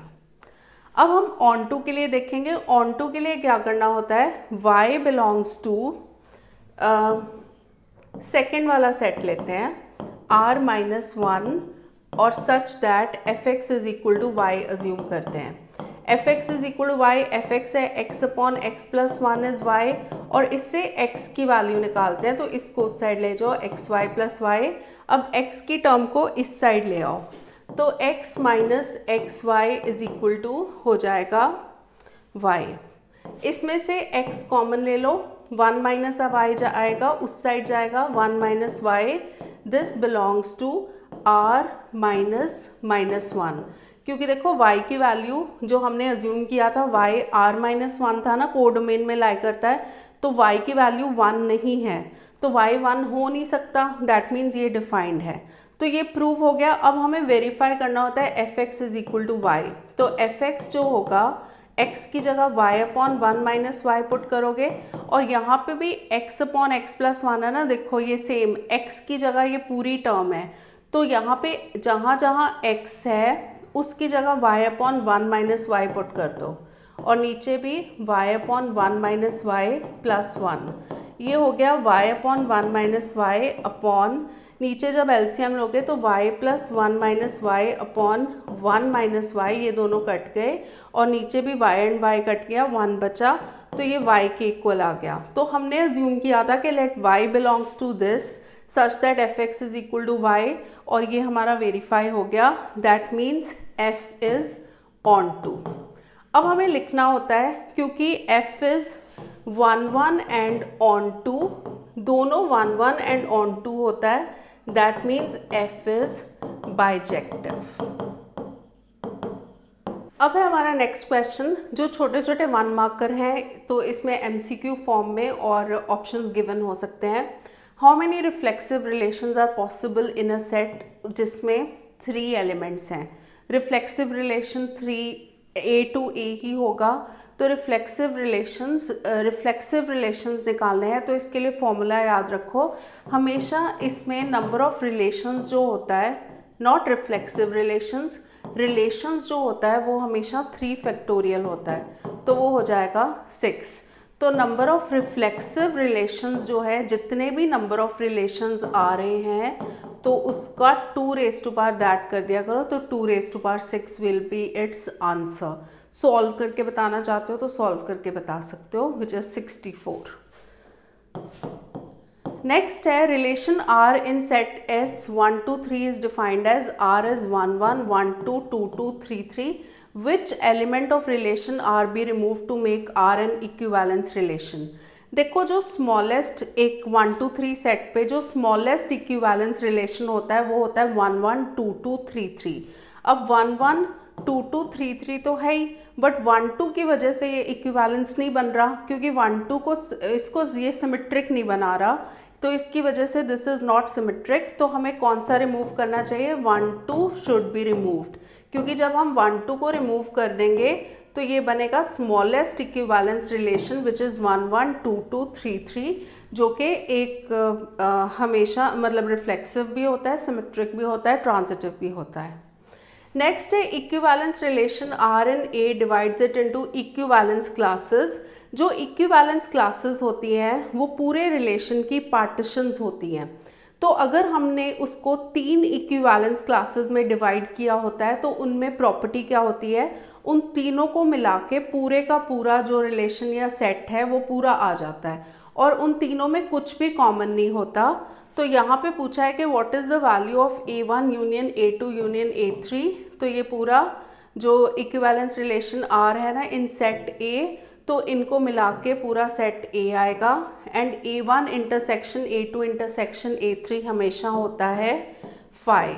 तो ये छोटे छोटे क्वेश्चंस थे। नेक्स्ट है relation R in the set 1 2 3 given by R is equal 1 2 2 1 1 1। ये क्या है? This is symmetric and transitive but not reflexive. अब देखो रिफ्लेक्सिव तो ये नहीं है, क्योंकि अगर सेट 1 2 3 है ना, ये रिफ्लेक्सिव तभी होता है अगर 1 1 2 2 3 3 सारे के सारे इसमें आ रहे हो, तो ये रिफ्लेक्सिव नहीं है। दैट मीन्स बी वाला ऑप्शन तो हो नहीं सकता, एंड जहाँ पे रिफ्लेक्सिव बोला हुआ है तो इक्विवेलेंस भी नहीं हो सकता। अब हमें ए एंड सी में से देखना है। तो 1 2 है, 2 1 भी है, तो सिमेट्रिक है, राइट? तो सिमेट्रिक हो गया। एंड ट्रांजिटिव देखो 1 2 2 1 1 2 2 1 मतलब A B B c form का है, तो ए सी भी है। ए सी मतलब अगर 1 2 2 1 फॉर्म का है तो उससे 1 1 भी आ रहा है उसमें, तो ये रिफ्लेक्सिव, तो ये ट्रांजिटिव भी होगा। तो इसका ऑप्शन होगा कि this is symmetric and transitive but not reflexive, क्योंकि सिमेट्रिक भी है ट्रांजिटिव भी है, तो ऑप्शन नंबर ए। नेक्स्ट है A is 1 3 5 number of equivalence relations in A containing 1 3। देखो सबसे पहले 1 3 5 का एक तो जिसमें 1 3 आता है, एक तो इसका रिलेशन होगा यूनिवर्सल रिलेशन। यूनिवर्सल रिलेशन क्या होता है? यूनिवर्सल रिलेशन जिसमें सब कुछ आ जाता है। जैसे 1 3 5 सेट है ना, तो उसमें 1 1 भी होगा, 3 3 भी होगा, 5 5 भी होगा, 1 3 भी होगा, 3 1 भी होगा, 1 5 भी होगा, 5 1 भी होगा, 3 5 भी होगा और 5 3 भी होगा। तो ये हो जाता है यूनिवर्सल रिलेशन। तो ये वाला एक तो ये इक्विवेलेंस होता है हमेशा। तो यूनिवर्सल रिलेशन में 1 3 तो आ गया, एक तो ये हो गया। दूसरा यूनिवर्सल रिलेशन जो होता है, नॉट यूनिवर्सल रिलेशन, एक दूसरा रिलेशन जो कि इक्विवेलेंस होगा, वो कैसे होगा? देखो 1 1 3 3 5 5 तो आना ही चाहिए, नहीं तो वो रिफ्लेक्सिव नहीं होगा। ये 3 है, 3 3 5 5, बाकी 1 3 होना चाहिए। 1 3 होगा तो 3 1 भी होगा, ठीक है। अब ये रिफ्लेक्सिव भी है, ये सिमेट्रिक भी है और ये ट्रांजिटिव भी है, तो this is also equivalence relation. तो नंबर ऑफ रिलेशंस आएंगे 2। अगर हम इसमें से 1 5 को पुट करते हैं तो उसके लिए हमें 5 1 को भी पुट करना पड़ेगा, फिर वो ना ट्रांजिटिव नहीं रहेगा, फिर उसके लिए हमें 3 5 5 3 भी ऐड करना पड़ेगा, तो अल्टीमेटली वो यूनिवर्सल रिलेशन ही बन जाएगा। नेक्स्ट है relation R in the set A क्या है? x belongs to integers 0 to 12 के बीच में है। r is equal to A B such that a minus b is a multiple of 4। देखो रिलेशन कैसे गिवन है कि r is equal to A B, तो a माइनस बी जो है that is a multiple of 4, और जो elements हैं सेट के वो सिर्फ 0 से लेके 12 के बीच में है। Then 1 the equivalence class containing 1 की इक्विवेलेंस क्लास निकालनी है। तो जो a माइनस बी होता है ना, उसमें से एक एलिमेंट को 1 ले लिया करो और a को निकाल लिया करो। That means a minus 1 is a multiple of 4। तो समझ आया ना कि इक्विवेलेंस क्लास जब हमें निकालनी होती है 1 की, तो जो गिवन रिलेशन होता है जो अननोन है उसको a या x ले सकते हो, कुछ भी ले सकते हो, और उनमें से किसी एक को जिसकी इक्विवेलेंस क्लास निकालनी है वो ले लिया करो। तो a माइनस 1 मल्टीपल ऑफ 4 होगा, तो a माइनस 1 की वैल्यू या तो मल्टीपल ऑफ 4 इसमें 0 to 12 के बीच में देखने हैं, तो 0 4 8 एंड 12 ये 4 मल्टीपल्स होंगे। यहाँ पे नेगेटिव देखो, मॉड का सिग्निफिकेंस क्या है कि मॉड को हटा के हम यहाँ पे प्लस माइनस ले सकते हैं, बट यहाँ पे तो हमारी वैल्यूज़ प्लस ही गिवन है, तो माइनस लेने का कोई फ़ायदा नहीं, तो मॉड हटा दो। 0 4 8 12। अब 1 को उस साइड ले जाओ, हर एक एलिमेंट में 1 ऐड होगा।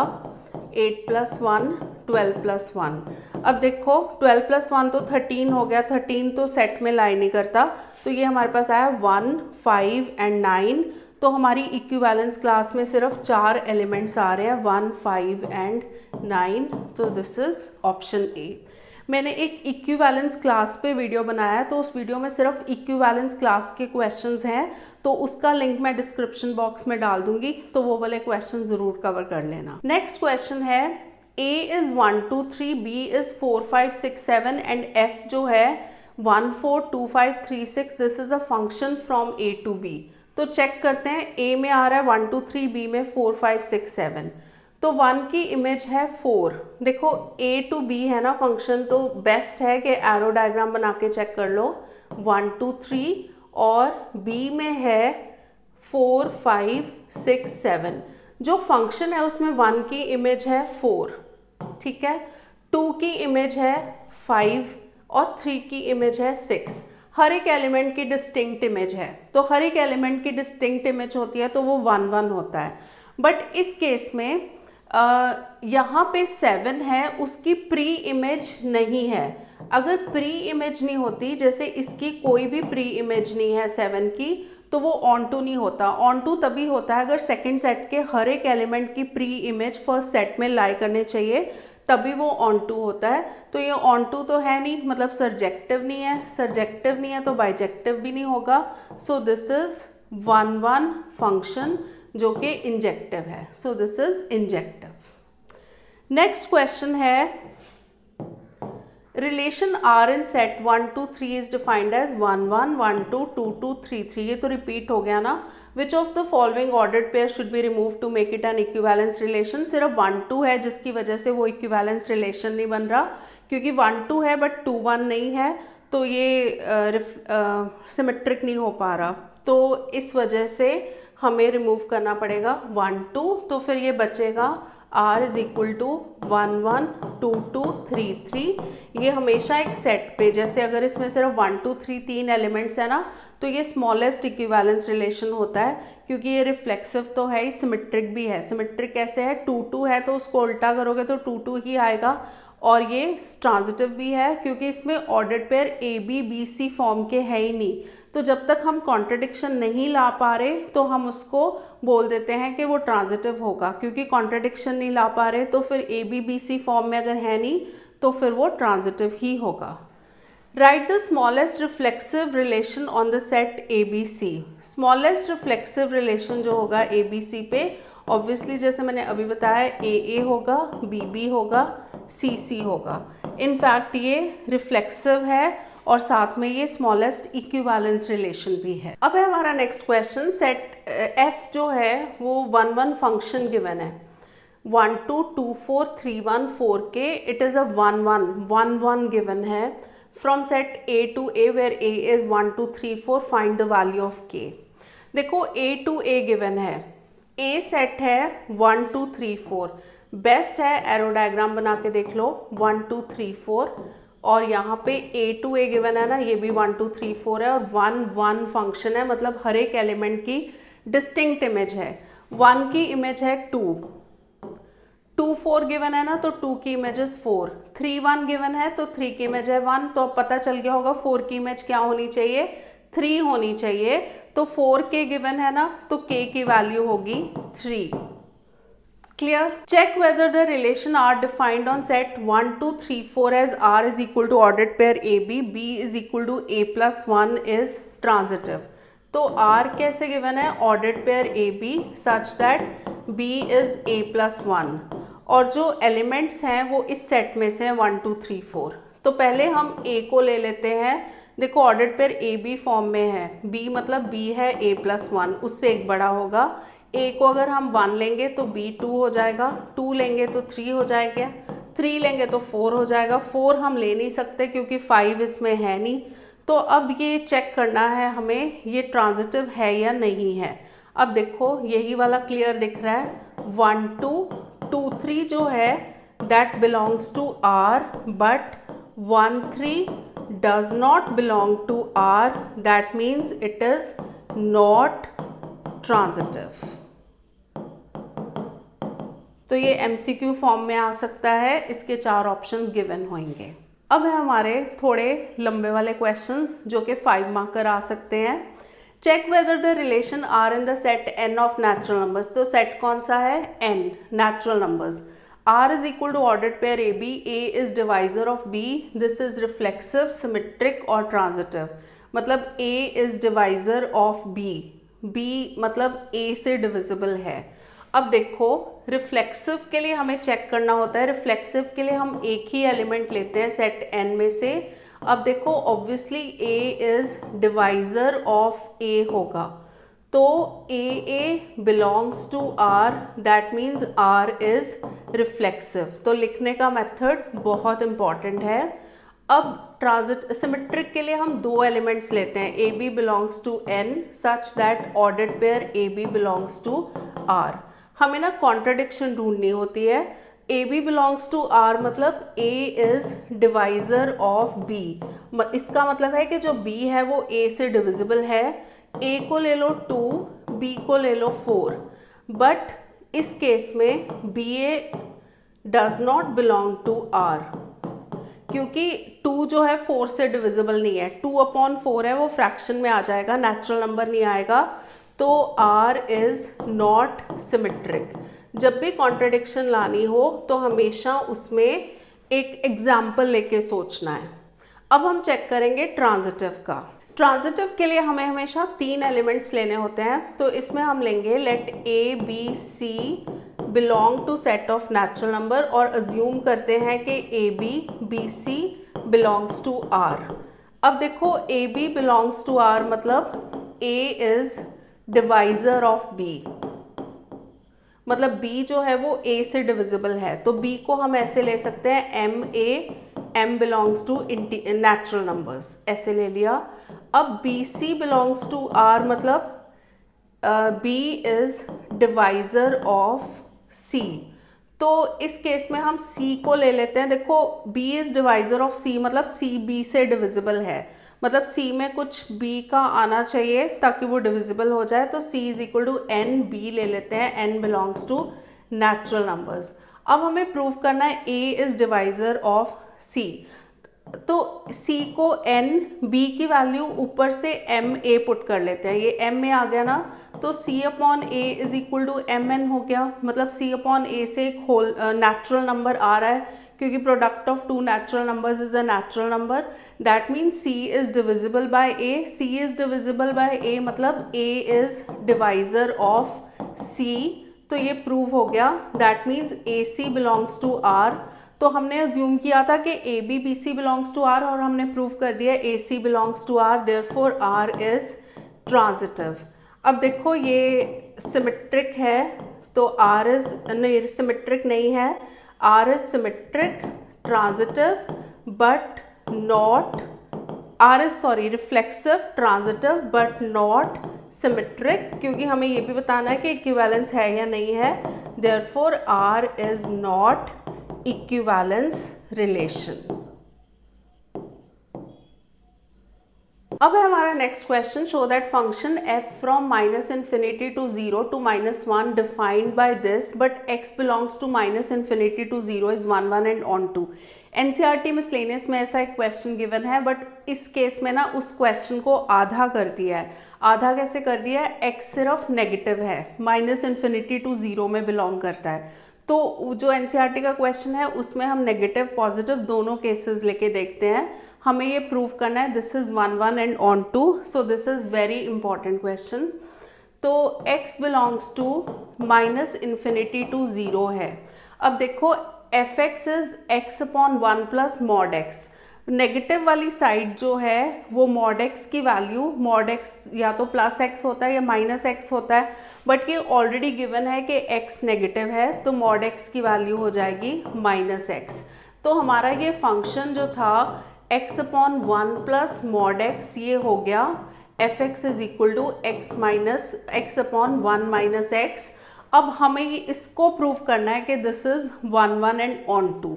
1 1 के लिए हम क्या करते हैं, दो एलिमेंट्स x1 x2 अज्यूम करते हैं। हमेशा अगर set a to b given होता है तो फर्स्ट सेट में से अज्यूम करते हैं -∞ to 0, और ये अज्यूम करते हैं कि f(x1) is equal to f(x2), फिर हम उससे प्रूव करते हैं कि x1 is equal to x2। तो x1/1 minus x1 is equal to x2/1 minus x2, cross multiply करेंगे x1 माइनस x1 x2, और यहाँ पे भी x2 minus x1 x2, x1 x2 cut गया तो x1 is equal to x2 आ गया, that means f is 1 1। तो एक पार्ट हमारा प्रूव हो गया। अब हमें ऑन टू प्रूव करना है। ऑन टू के लिए हम हमेशा y जो लेंगे सेकेंड सेट में से लेंगे -1 to 0 और हमेशा अज्यूम करते हैं कि f(x) is equal to y। f(x) की वैल्यू है x/1 - x is equal to y। इससे नेक्स्ट काम होता है हमारा x की वैल्यू निकालना। तो x इज इक्वल टू, इस टर्म को दूसरी साइड ले जाओ, y - xy। सो x प्लस xy हो जाएगा y। x जब कॉमन लोगे 1 + y is equal to y, तो x की वैल्यू हो जाएगी y/1 + y। ये फर्स्ट सेट में बिलोंग करना चाहिए। अब देखो y -1 to 0 में बिलोंग करता है, तो -1 तो होगा नहीं क्योंकि -1 इज़ नॉट इंक्लूडेड, तो मैक्सिमम से मैक्सिमम -0.9 हो जाएगा। तो ये उस केस में नीचे वाला टर्म पॉजिटिव रहेगा और ऊपर वाला नेगेटिव रहेगा, तो ये -∞ to 0 में लाई करता है। अब ये तो प्रूव हो गया। अब हमें वेरीफाई करना है f(x) is equal to y। तो x जो है, देखो क्वेश्चन में क्या गिवन था, f(x) जो था x की जगह हम पुट करेंगे y/1 + y। अब क्वेश्चन में गिवन है f(x) is equal to x/1 - x। जहाँ जहाँ x आ रहा है, x की जगह हमने ये पूरी टर्म पुट की है, तो यहाँ पे भी जहाँ जहाँ x आ रहा है उसकी जगह ये पूरी टर्म पुट करो। तो 1 - y/1 + y, तो ये हो जाएगा y/1 + y upon 1 + y - y/1 + y। ये और ये कट गया, y एंड y भी कट गया, तो ये y प्रूव हो गया। Therefore f is onto prove हो गया। तो हमें यही प्रूव करना था कि this is 1 1 and onto. अब है next question, show that the relation R in the set A में देखो 1 2 3 4 5 6 एलिमेंट्स गिवन है, तो प्रूफ करना है आर क्या है, a B such that mod a - b is divisible by 2। This is an equivalence relation. Equivalence relation के लिए हमें सिमेट्रिक, रिफ्लेक्सिव, ट्रांजिटिव तीनों प्रूफ करना पड़ेगा।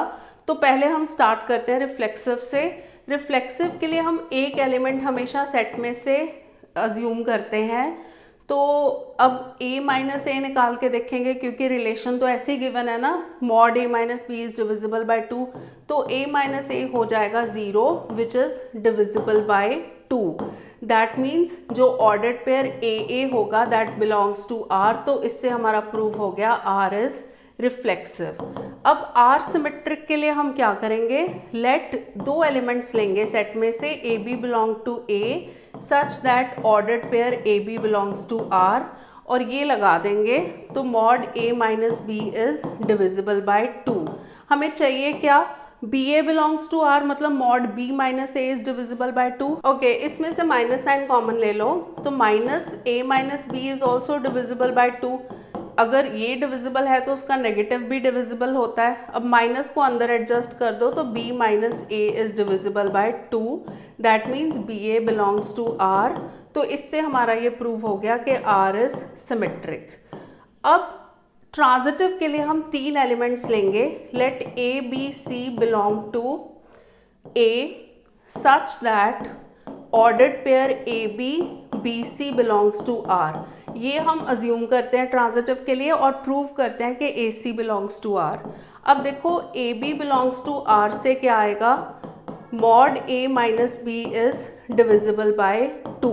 अगर वो डिविजिबल बाय 2 है तो मॉड A - B को ले लो, 2m, m कोई भी इंटीजर है, तो ये हो जाएगा A - B। जब मॉड हटाते हो तो उस साइड +-2m लगा दिया करो, नेम इट इक्वेशन 1।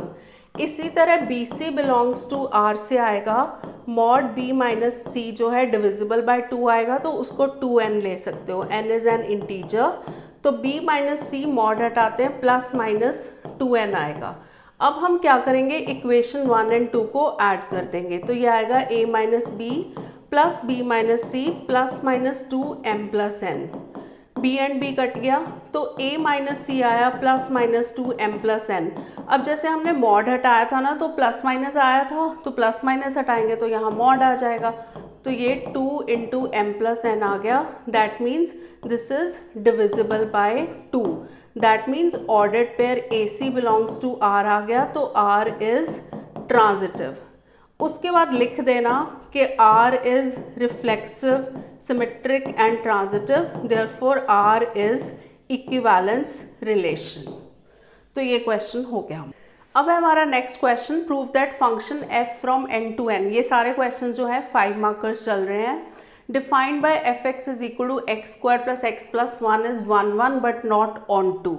1 1 के लिए हम क्या करेंगे, x1 x2 लेंगे n में से नेचुरल नंबर और अज्यूम करेंगे fx1 is equal to fx2। अब देखो fx गिवन है x square plus x plus 1, तो fx1 हो जाएगा x1 square plus x1 plus 1 और ये x2 square plus x2 plus 1, 1 and 1 cut गया। सारी टर्म्स को लेफ्ट हैंड साइड ले आओ, x1 माइनस x2 इज 0।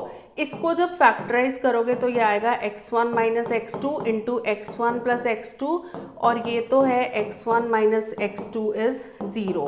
पूरे में से x1 माइनस x2 कॉमन ले लो, we are left with x1 plus x2 plus 1 is 0। अब देखो इस फॉर्म में जब भी आता है प्रोडक्ट 0 है, दोनों में से कोई एक ही 0 होगा या दोनों भी हो सकते हैं, बट यहाँ पे x1 प्लस x2 प्लस 1, क्योंकि x1 is a natural number, x2 is a natural number, natural numbers तो पॉजिटिव होते हैं, तो 3 पॉजिटिव नंबर्स को मिला के ऐड करके कभी भी 0 नहीं आता, तो फॉर श्योर यहाँ पे x1 minus x two is 0, that means x1 is equal to x2। तो हमने स्टार्ट कहाँ से किया था, fx1 is equal to fx2 assume किया था और हमने प्रूव कर दिया x1 is equal to x2, तो उससे हमारा प्रूव हो गया f इज 1 1। अब हमें प्रूव करना है कि this is not onto. Onto के लिए सबसे पहले y लेते हैं सेकेंड वाले सेट में से, बट दोनों सेम है, तो y belongs to natural number such that fx is equal to y।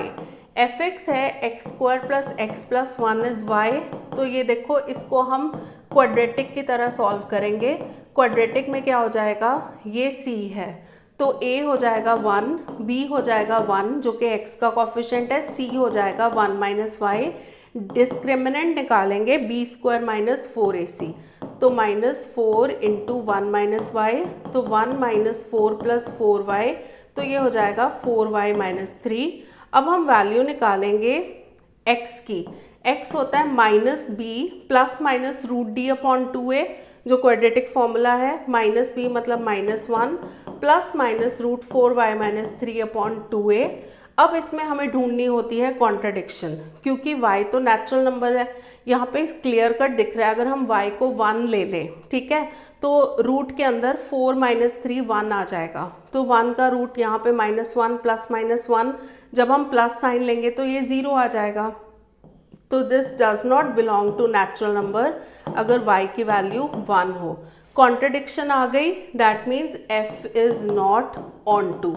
तो हमें यही प्रूव करना था कि f is 1 1 but not onto. अब है next question, a is equal to n cross n Cartesian product है। This is the set of all ordered pairs of natural numbers.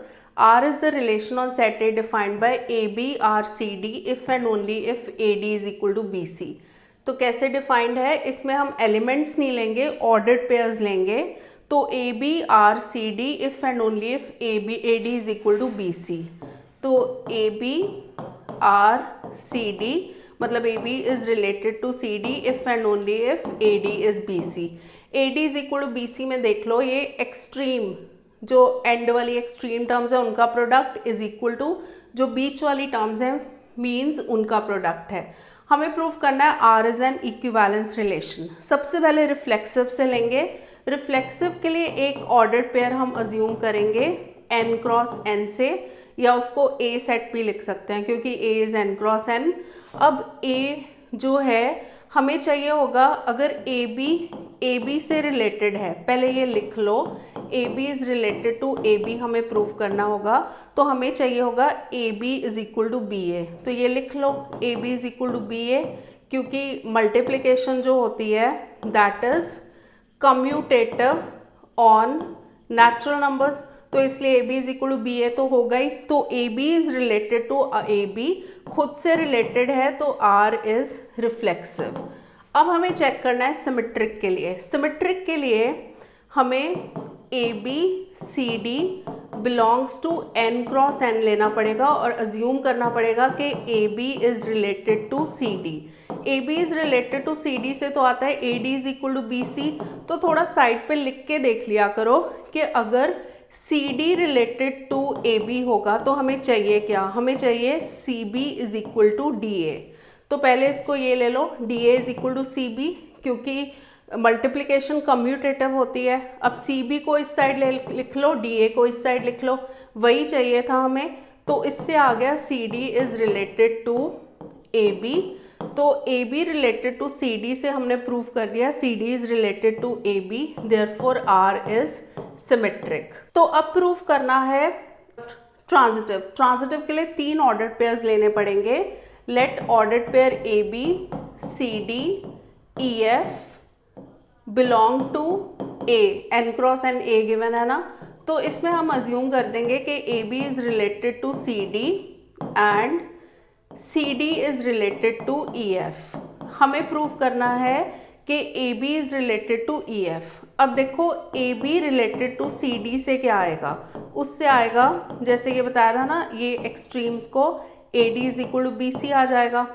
C d related to E f से क्या आएगा, ये c f is equal to d e आ जाएगा। तो अब इन दोनों को मल्टीप्लाई कर दो, a d c f is equal to B C D e, c d दोनों में कट गया तो A F is equal to B e आ गया। तो देखो इससे A B related to E F prove हो गया। यही चाहिए था ना हमें, A F is equal to B E. तो आर जो है वो प्रूव हो गया ट्रांजिटिव।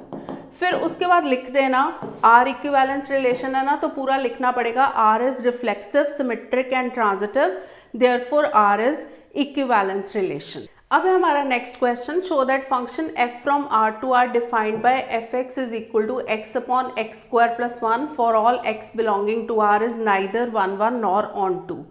1 1 के लिए पहले चेक करते हैं, let x1 x2 belongs to r such that fx1 is equal to fx2 assume कर लेते हैं।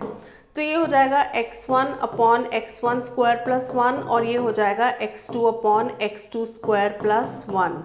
क्रॉस मल्टीप्लाई करते हैं, x1 x2 square plus x1 is equal to x1 square x2 plus x2। सारी टर्म्स को left hand side लेके जाते हैं। तो लेफ्ट हैंड साइड जब लेके जाएंगे, इसके साथ मैं x1 स्क्वायर x2 लिख रही हूँ plus x1 minus x2 is 0। इन दोनों में से x1 x2 कॉमन आएगा, अंदर बचेगा x2 माइनस x1 और इसमें से x1 माइनस x2 आएगा। इसमें से भी हम माइनस साइन कॉमन ले लेते हैं, तो यहाँ पे x1 माइनस x2 हो जाएगा plus x1 minus x2 is 0। पूरे में से हम x1 माइनस x2 कॉमन ले लेते हैं, तो अंदर आएगा minus x1 x2 plus 1 is 0। Either x1 minus x2 is 0 और 1 माइनस x1 x2 इज 0, दोनों में से कोई एक 0 है। तो इससे आ गया x1 is equal to x2, पर इससे क्या आया 1 is equal to x1 x2, इससे आया x1 is equal to 1 upon x2। अब देखो x1 की इमेज एक में x2 आ रही है, x1 x2 के इक्वल आ रहा है और यहाँ पे x1 1 अपॉन x2 के इक्वल आ रहा है और ये रियल नंबर है। तो x1 does not have distinct image. अगर इसकी डिस्टिंक्ट इमेज नहीं होती तो ये 1 1 नहीं होगा, that means f is not 1 1। अब ऑन2 के लिए चेक करते हैं। ऑन2 के लिए y लेंगे r में से और अज्यूम करेंगे such that fx is y। fx की वैल्यू है x upon x square plus 1 is equal to y।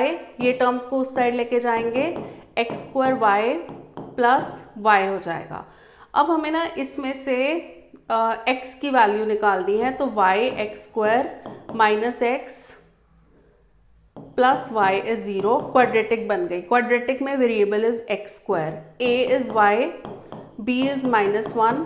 a होता है जो एक्स स्क्वायर का कॉफिशेंट है विच इज़ y, b है x का कॉफिशेंट विच इज़ -1 और c हो जाएगा y। डिस्क्रिमिनेंट निकालेंगे b स्क्वायर माइनस 4ac, तो -4ac वाई स्क्वायर हो जाएगा, तो 1 माइनस 4y स्क्वायर हो जाएगा। x की वैल्यू आएगी -b, तो ऑलरेडी माइनस है तो प्लस हो जाएगा, plus minus √d which is 1 minus 4y square upon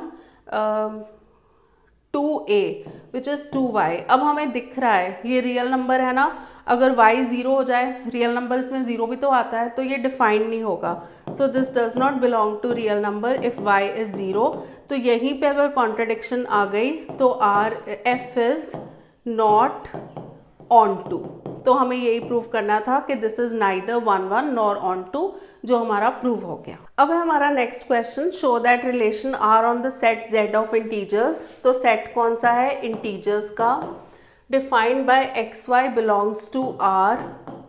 ये रिलेशन है if and only if x minus y is divisible by 3। तो हमें ये प्रूव करना है this is an equivalence relation.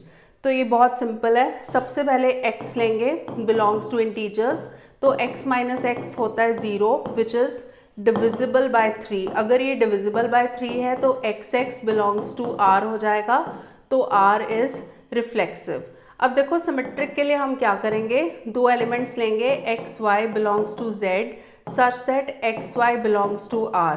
अगर x y belongs to r होगा तो x minus y is divisible by 3, तो its negative is also divisible by 3, that means y minus x minus sign अंदर एडजस्ट कर लो, divisible by 3 आ गया, that means ordered pair yx belongs to r। तो ये हमारा प्रूव हो गया r is symmetric। ट्रांजिटिव के लिए हम 3 एलिमेंट्स लेते हैं। Method of writing is very important, तो ये सारे स्टेप्स फॉलो करने हैं। X y z belong to हमेशा सेट लिया करो और अज्यूम किया करो कि x Y Y Z belongs to R. तो x Z belongs to R मतलब x y belongs to R मतलब x minus y is divisible by 3। अगर ये डिविजिबल बाय 3 है तो एक्स माइनस वाई को ले लो 3m where m is integer. इसी तरह y Z belongs to R मतलब y minus z is divisible by 3। तो अगर ये डिविजिबल बाय 3 है तो y माइनस जेड को ले लो 3n, n belongs to integers. दोनों को जब हम ऐड करेंगे तो x minus y plus y minus z is equal to 3 times m plus n आ जाएगा। y कट गया तो x माइनस जेड जो है 3 टाइम्स m प्लस n आ गया। That means this is divisible by 3। Divisible by 3 हो गया तो x Z belongs to R. तो हमने स्टार्ट किया था X Y Y Z belongs to R और X Z belongs to R prove हो गया। तो ये हमारा ट्रांजिटिव भी प्रूव हो गया। अगर ये ट्रांजिटिव होगा तो R is reflexive, symmetric and transitive, तो R is an equivalence relation. अब हम इसका लास्ट क्वेश्चन करेंगे जो कि सबसे टफ क्वेश्चन है।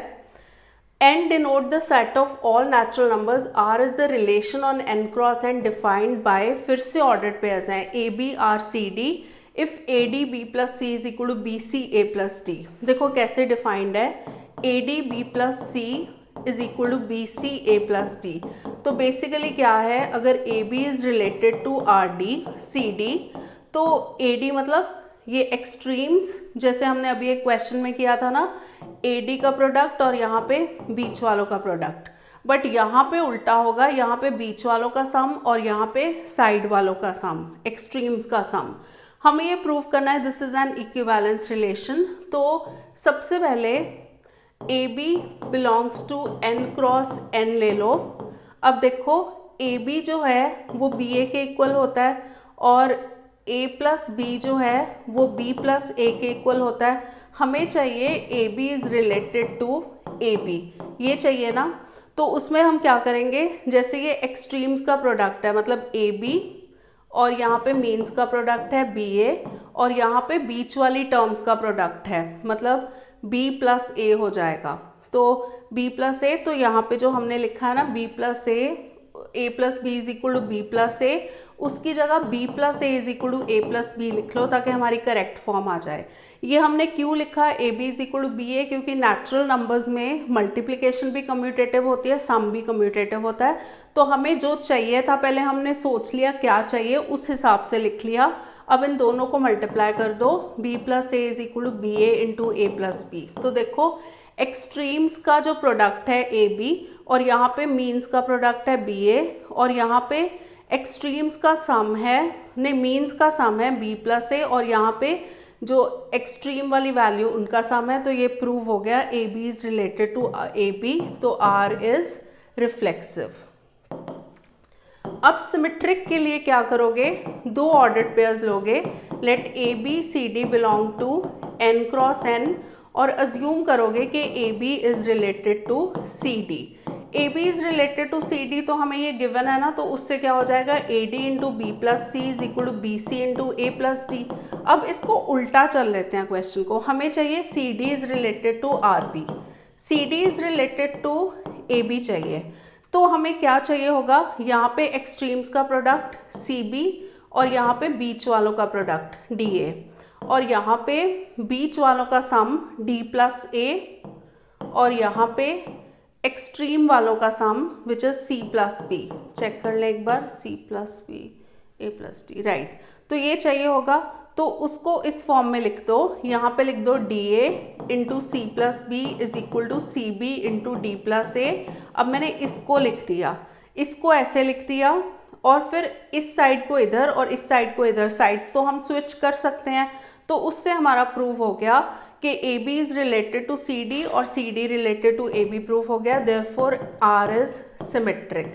अब इसका जो लास्ट वाला पार्ट है वो थोड़ा सा ध्यान से समझना, उसके लिए हमें तीन एलिमेंट्स लेने पड़ेंगे, तीन ordered pairs A B C D E F belong to n cross n, और अज्यूम करना पड़ेगा कि A B is related to C D and C D is related to E F. अब देखो A B related to C D से हमें तो पता है क्या चाहिए, ये बोर्ड्स में आया हुआ है क्वेश्चन, तो आ भी सकता है, इसका कुछ पार्ट भी आ सकता है। ये होगा a D into B plus c, मतलब ऑब्वियसली बोर्ड्स में तो आया है, सारे बोर्ड्स के क्वेश्चंस कर रहे हैं। अब इसमें याद रखना है, इसको सॉल्व करने के लिए क्या करो, बी सी को उस साइड ले जाओ, B plus C upon B C हो जाएगा, और ए डी को उस साइड ले जाओ। अब इसको ना स्प्लिट कर लो, b अपॉन बी सी हो जाएगा 1 अपॉन सी, plus C upon B C हो जाएगा 1 upon B, a upon A D हो जाएगा 1 upon D, d upon A D हो जाएगा 1 अपॉन ए, नेम इट 1। अब हम लेते हैं C D is related to E F, तो उससे रिलेशन कैसे लिखेंगे, C F into D plus E is equal to C plus C F लिया था ना, अब डी ई लेंगे, डी ई इंटू सी प्लस एफ। अब इसमें भी ऐसे कर लो, डी प्लस ई के नीचे ले जाओ डी ई को, और सी प्लस एफ के नीचे ले जाओ सी एफ को। तो अब मुझे चाहिए होगी स्पेस, तो ये वाला पार्ट मैं हटा रही हूँ। तो d अपॉन डी ई हो जाएगा 1 अपॉन ई, और e अपॉन डी ई हो जाएगा 1 अपॉन डी। तो 1 upon E plus 1 upon D is equal to, और यहाँ पे c अपॉन सी एफ हो जाएगा 1 अपॉन एफ, और दूसरी टर्म हो जाएगी 1 अपॉन सी, नेम इट 2। अब दोनों को ऐड कर दो, 1 प्लस 2, तो 1 था 1 अपॉन सी plus 1 upon b plus 1 upon ई प्लस 1 अपॉन डी, और इस साइड है 1 upon d plus 1 upon a plus 1 upon f plus 1 upon c. तो इसमें देखो क्या क्या कैंसिल हो गया, 1 अपॉन डी कैंसिल हो गया, 1 अपॉन सी कैंसिल हो गया। इसको जब हम एलसीएम लेके सॉल्व करेंगे तो E plus B upon B E आएगा, और यहाँ पे आएगा F plus A upon A F. Terms को उस साइड ले जाओ, ए एफ इंटू, देखो फॉर्म करेक्ट लिख लेना, क्योंकि A B or E F चाहिए ना, तो ए एफ बी प्लस ई चाहिए, तो ए एफ के साथ इसको बी प्लस ए फॉर्म में लिख लो, और यहाँ पे हमें चाहिए बी सी, मतलब बी ई चाहिए, तो बी ई तो आ ही रहा है, और यहाँ पे हमें चाहिए ए प्लस एफ चाहिए, तो इस फॉर्म में लिख लो। तो ये प्रूव हो गया कि A B is related to E F. तो हमने अज्यूम किया था A B is related to C D is related to E F, और हमने प्रूव कर दिया A B is related to E F. तो इससे ये प्रूव हो गया कि आर इज़ ट्रांजिटिव। उसके बाद हमें ये पूरी कहानी लिखनी है, क्योंकि हमें इक्विवेलेंस लिखना है ना, तो हमें लिखना पड़ेगा R is reflexive, symmetric and transitive, therefore R is equivalence relation. तो ये सारे क्वेश्चंस जो मैंने करवाए हैं ये ध्यान से कर लो, मोस्ट प्रॉब्ली इन्हीं में से या इसी टाइप के ही क्वेश्चंस आएंगे। एग्जैक्ट तो नहीं भी आ सकते, जैसे x minus y divisible by 3 की जगह x minus y divisible by 4 आ गया, 5 आ गया, तो वैसे करके आ सकते हैं, बट इसी टाइप से सारे क्वेश्चंस कवर हो जाए और हो जाएंगे। और साथ में एनसीईआरटी करना जो है दैट इज़ वेरी इंपॉर्टेंट। वैसे तो हमारे एनसीईआरटी के काफ़ी क्वेश्चंस कवर हो गए हैं। तो keep on watching these videos and please don't forget to like, share and subscribe, and thank you for watching.